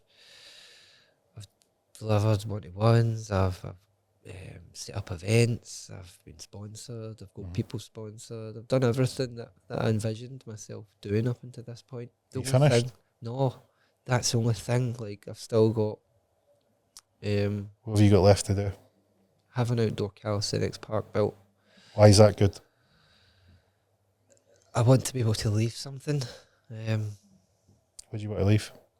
something behind for the people. What are you leaving for them? Sorry, What are you leaving for them? a place to train. And what's good about that? It What will gives- they get if that's left behind? They'll get a sense of community, camaraderie. They'll get a place to train for free. They'll have somewhere to go and feel safe and comfortable. There'll be somewhere for the younger communities to go and develop their skill sets and maybe get them off the streets. And What else will they get from that? What will they get inside? a feeling of What did you gain? What did calisthenics give you that they're going to get? a sense of purpose. What else will they get? They What will it do to their self-value? it'll raise it through the roof and skyrocket it. for What about sure. their self-worth? Yeah, they'll feel worth the world. What about their Sure. self-confidence? Oh, that's going to skyrocket as well, you know. What but about how they feel about themselves? yeah, What it's about how they look? yeah. That all these things will take care of themselves over time. If there is like these parks out there, the people know how to exercise and maybe use that a bit more. I would How many feel. people would you need to change? How many people would that need to happen to for you to feel that it was worth it? All the hard work, all the events, all the doubt, all the pressure, all the financial stress, all the organisation. What's the number where it's worth it for you? I don't think there is a number, is there? Is it 1 million? No. Is it higher or lower than that? Lower. How my number? I don't know. 1, 2, 10. Handful of kids, a few boys that wanted to go into gang fighting, and they changed their path. I would love to be able to change school after school after school. If I'm being honest with you, go in and like give a talk on calisthenics and that kind of thing, and get maybe more self-aware at that. So they were worth pushing through. It would, definitely. If there was an opportunity, if there was a chance, you could change one boy or girl in every school that you went to, would it be worth it? Yeah, definitely. And how do you feel about calisthenics now? Are you done? Or you got more to do? I've been done with it for a while. So how come you've not let go? Ego. No, I love the friendships and friends that I've been able to attain and through my calisthenics journey. I would love to see the progress. I would love to continue to progress myself as well there. I know that I said that I feel this way and that, but everybody, as my let me personality tell you to throw the something. towel in. Something. See, everybody that's done everything that they're great at gets bits in the road that's like this. Yeah. It's not an upward trajectory. Things don't move in a straight line like that. Yeah. Right. It looks like this. Yeah. Right. And what happens is it's higher highs, higher lows. Yeah. So what you get is you get this high, and then you get a low, and then that's the space where you doubt, and am I doing the right thing? And or maybe I've took a wrong turn, or maybe I've done this, or maybe it's financially not working. And that's the opportunity that you can adapt and adjust, because what's happening is you're getting some information that something needs tweaked. Yeah. And you go to the next high. Yeah. But that high is higher than the previous high. Yeah. So that was the previous high, and this is the next one. Yeah. And it looks like steps. Yep. But you need to face the low. And your goal here is to have higher lows than the last one. So if the low's here, you're needing to get the next low higher than the last one. Really? So when you go down, and then it goes up, and it's like a weird set of steps where you go higher, low, higher, high, higher, low, higher, high, higher, low. But that part is part of the process. So what you're feeling is you're just in the next bit of the higher low. That's what it is, I I think I need to ride the storm, as one would say. It's just been a long storm for me. Well, you need to decide if you're going to let, is someone else going to come up and do a better job than you? Somebody else got a better story than you? I don't think so. I think that your whole purpose and path is that, right, your life is full of ways that you fucked up. Right, you know you fucked up. You know the way you fucked up. Yeah. But you had an opportunity to unfuck that. Yeah. And you took it. Sometimes you took the wrong turn, sometimes you took the right turn, but your life is a series of those sliding door moments. That's true. And you've continually, I don't know if you know it, but you've continued to get out, you've shaped that higher high, higher low. Right, okay. You're doing it all the time. But you're just feeling like you're frustrated that you think that it should be, I have a goal and a dream, and it should go in a straight line to where I want it to be. Yeah. And that's what people think. And it's never like that. No, that's it. It's this. Yeah. Right. And I think that's what you're looking for, the confirmation that you're on the right path. You're looking for somebody to go, look, it's not what you think. Yeah. It's like somebody I'll give you a calisthenics version of what it's like. Yeah, I get it. It's like somebody goes, I get you as a coach. I do one pull up, I should be able to do a muscle up now, yeah? And you're like, no. Can I do a horizontal flag? Nope.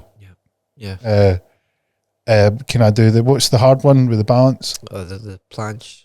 I should be able to do a planche now, and you're like, no. Yeah. But I got a coach. Yeah. And if I've got a coach, then it should just be No, like, No, it's not that. This is a series of trying and failing and trying and failing and trying and failing. And every time you fail a little bit better, you get more information of where you failed. Yeah. What's the opportunity where you take? Yeah. See, this thing you're doing is exactly like that. Yeah, I know.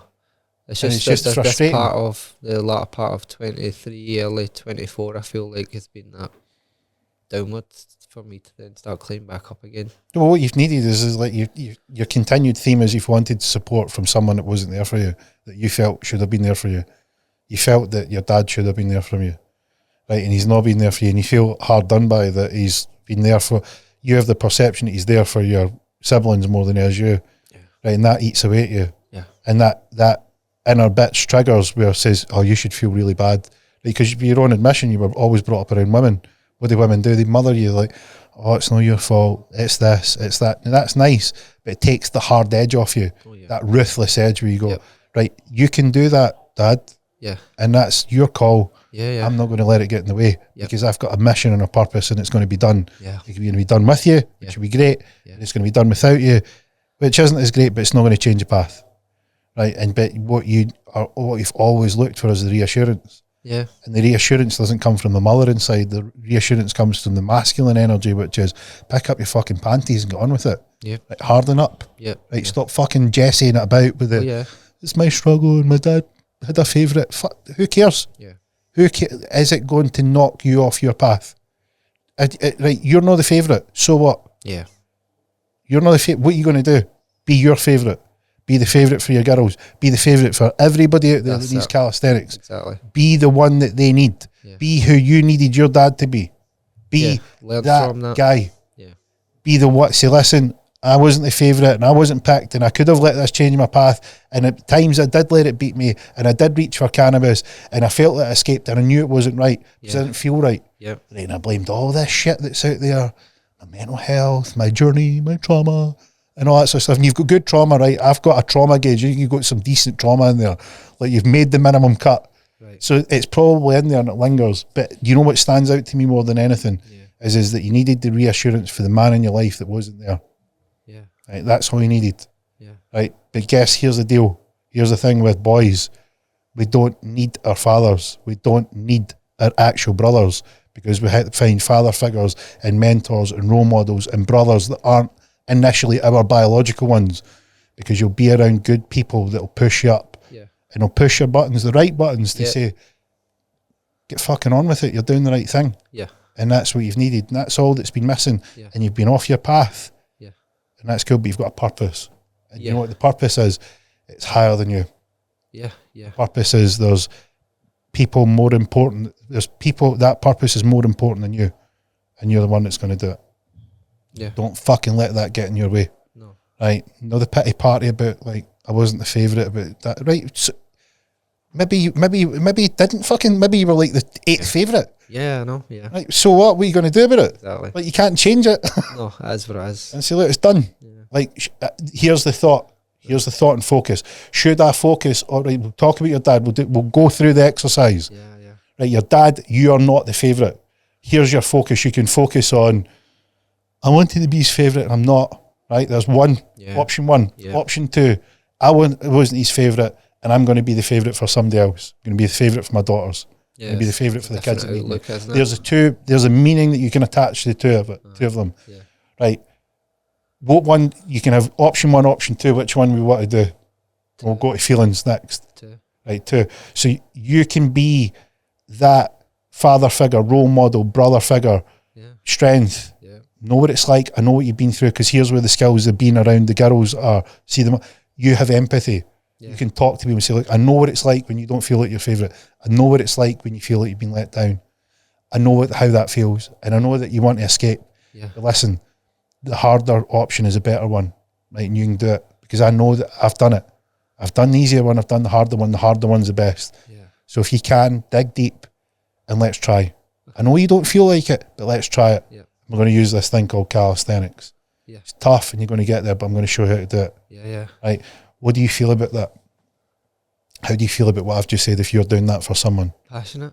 What else? Love. And what are you giving people? My energy, hope, my experiences and everything, and you hit the nail there. What action are you going to take if you feel hope and love and care and joy and giving people what they need? I put more positive actions and you're going to get after it. You're going to do it. Now, if you've done that, what are you going to focus and think about doing if you've done that? What would be the next one that would come up next? Because remember, it goes round in a triangle. Yeah. What are you going to focus on? Reacting on it and maybe delivering it and skills again and things like that I had been doing. And then you're going to feel energised that there's one. Yeah. I'm in front of this whole assembly. If there's one, it's enough. Yep. Yeah. Now let me go and talk to that one. Let me talk to that boy that feels like that. That girl that feels like that feels like they're nowhere enough. That feels like they're not the favourite. That feels like they're lacking. Let me show them they're worth it. Yep. Let me show them what they've got. Yeah. Let me guide them that they don't need to feel like that. Yeah, because it's something that I do going back earlier parts of 23 and whatnot through my calisthenics journey. I do need to get back to doing that more and finding my feet again. Well, you don't know what impact you've had. You go and speak to these people and they'll be out there like this. This guy came into my show and he said this and he set off a whole chain of events and you don't know that yet. I can see it already out there on some parts of social media and things like that, yep. Right, so you're going to wallow in your shit, you're going to pick out your panties and get the fuck on with it? Yeah, I need to pick up my panties. Yeah, big boy pants, eh? Big boy pants. That's so like, you don't pick up gold medals being a fucking Jesse, but you maybe if I just felt like, okay, I can be a Jesse and it's my dad and, you know, just in that fucking loop. Yep. That loop and it's going down. So well, enough. Yeah. What are you going to do? Yeah. Right, you're good enough. Right, you've got the medals to back it up. Yeah. You've got the community that's telling you that you're good enough. Yeah. You've went and done a challenge for mental health because you're like, look, I think people that I was able to get out of this, but I know that people need help. Yeah. So let me go and do this challenge. We'll do the 3 peaks, we'll do the pull-up record, and we're going to push on because look, you might not feel like you're enough, but I think that you are. Yeah. And you tell them that, and you show them that. And that was quite similar to what you're saying there about me trying to encourage some people to come on. That challenge you just touched upon there, that's kind of where I was at with them and encouraging them and things like that and telling them they are possible. And yeah, it's just me coming in new to that, I feel, and I need to be more consistent with it. Well, it's the choice. You've got the 2 options, and what's happened is you've just picked this one and got lost in it. Yeah. Right? Mm-hmm. When all it takes is, look, what are you doing? How long did it take us to go through that? 10 minutes? Yeah. And you went, oh, I don't know why I done that. Well, you know why you done it, because you got caught in a loop of thoughts. Realising, yeah. Right, and now you go, it's my mental health and I struggled. And it's like, hey, look, the victim mentality is so fucking intoxicating, right? Because it tells you everything you want to hear. It wasn't you. It wasn't you to blame. It was something else that triggered you. Yeah. And it's fucking debilitating, right? But it lures you in. It's like, it wasn't you. It was your dad and he had a favourite. And you weren't the favourite, and you should feel terrible, and you should feel this, and this is the fucking dark side of talking about it. Is talk about it to find strength. Yeah. Because we've done it. We spoke about 2 sides of that there. Yeah, yeah. One side was where it fucking sent you to reach for escapism and took you off your path and made you feel like shit. Yeah. Like, we just spoke about it and we just showed you how you went through it. Yeah, yeah. The other side of that is like, right, tell me what. Right, let's take the other option. And what did we find? Why you started it, what you got out of it, how you can encourage others, what they can get from you doing it, why you should push. Yeah. Right, and there's the line of doing it one way is extremely powerful, and doing it the other way will fucking take the legs out from underneath you and take the wind right out of yourselves.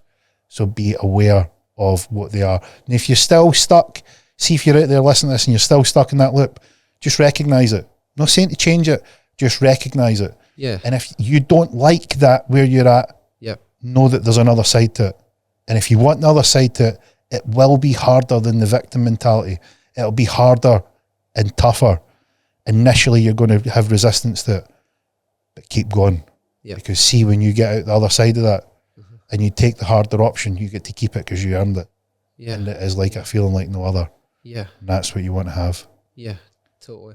I get that. And I resonate with that as well when I had been doing bits of that, and I would feel it's just immersing myself into it fully. I feel just be aware. Like I'm maybe like standing on the cusp of something, standing on the edge, maybe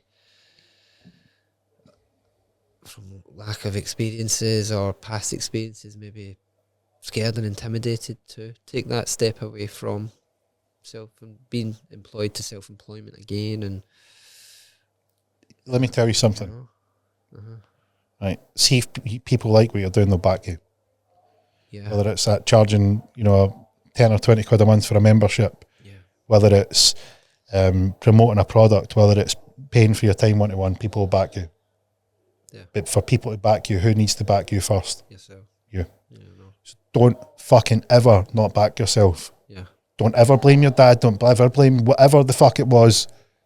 You need to back yourself. Yeah. That comes with a price. Mm-hmm. That price is you can't blame anybody else. Right? If you fuck it up, it's you. And if you win, it's you. Yeah, that's true. You get to pick. Yep. And it's you hold it. It's your power. Yeah.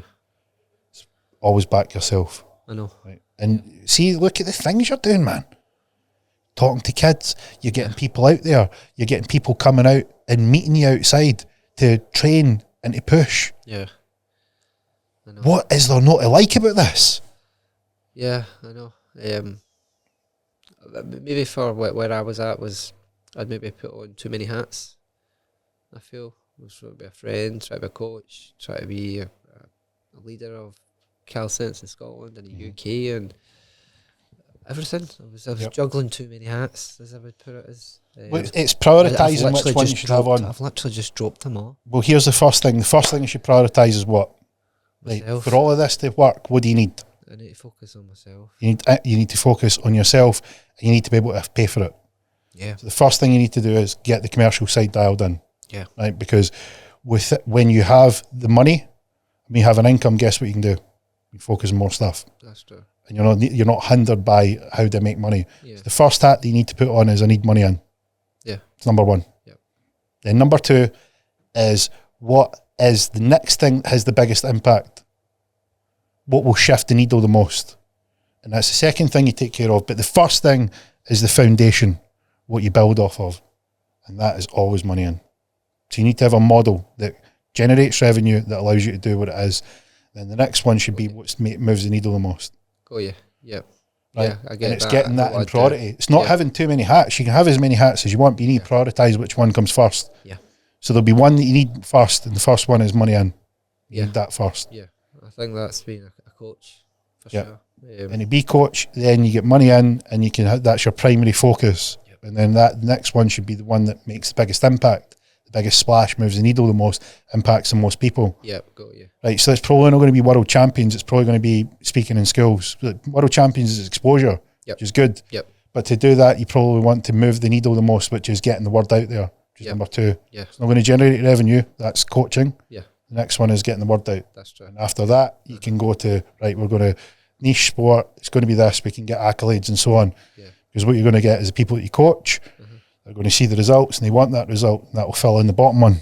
Yeah, yeah. It develops from there and it goes up in the shape of a triangle. Yep. It's just really about getting there now. So now obviously I created a community and we get people under me that are coaches who are delivering sessions and that thing as well. So I can kind of see that triangle effect happening now. Good. Well, it's been a pleasure going through it all with you again. Yeah. I know. How did you find that? It was really good. It's interesting. I'm overwhelmed by it. It's given me a lot to think over and a lot to look at. And I look forward to going away and kickstarting my calisthenics journey again. Good. From where I last left it.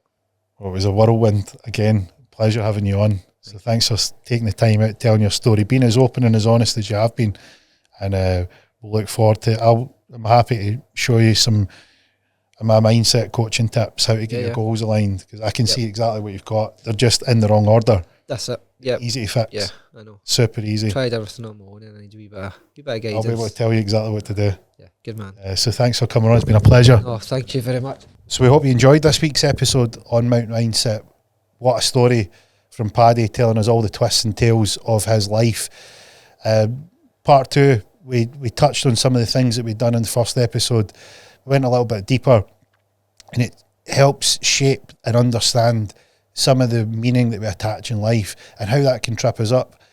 Just thought Paddy was great at being as vulnerable and as honest, to just put his heart on the sleeve, and without trying to spin or make excuses, just say it how it was.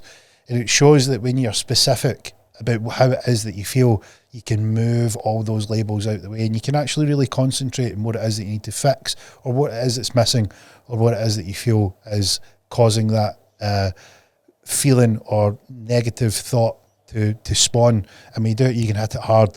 And I thought Paddy done a great job at going through it. It was a great episode. I'm sure you'll have enjoyed it. That sort of podcast stroke live coaching, and it shows where we go with these. There's not a script, there's not a formula, and it just goes to show how easy it can be when you hit the nail on the head, and also shows the difference when you can be open and talk about it. It can pull you down one way or it can push you up the other way, and it's a powerful thing to notice. If you feel that way, then just be aware that there's two sides to it, and if you feel yourself being dragged down, know that there's another way to push yourself back up. And the power of purpose and focus, I reiterate every single time, nothing moves up and down in a straight line. So see if you're getting some twists and turns, see if you're getting some things that are knocking you off your path. Figure out what it is that you need to adjust. And as we've done with Paddy there, we got to the bottom of what it was. He was wearing too many hats, and he was letting his thoughts and focus go off in different directions in terms of, how he maybe felt, which we're all guilty of that. We're all humans, so we know what it's like. Whether we're a man or a woman, we can get in the wrong train of thought, and just recognise them and shift them back on, get them back on path and get them back on purpose. And when you attach the right meaning, watch how that momentum builds, and then get your hats in priority order. So make sure that you're concentrating on the thing that allows you the most freedom to build on that foundation. And Paddy, we found, was making sure that he's getting his calisthenics coaching lined up so that he can take that forward. And if you want to follow Paddy along in any of his journey, go and give him a follow on Instagram. So he's at Paddy McIntyre on Instagram, and he's got the Scottish Cali Squad on Instagram as well. They'll all be in the show notes. But if you want to follow along and see what he's doing, he mentioned there that he's got the Highland Calisthenic Games, which was the event that he's put on, and it's been a rip-roaring success because there's a massive gap in the Scottish market for this type of event. Given the rise that we've seen from some of the other sort of hybrid events, this fits right into the mould. And you know what? It's been done since the start of time. The very first workouts humans would have ever done would have been with their own body weight. So I hope you enjoyed this episode. Give us a follow in the show notes. You'll see the clips, and you give a visit to our YouTube channel to see those chapters if you want the little snippets. From me this week, that's a wrap.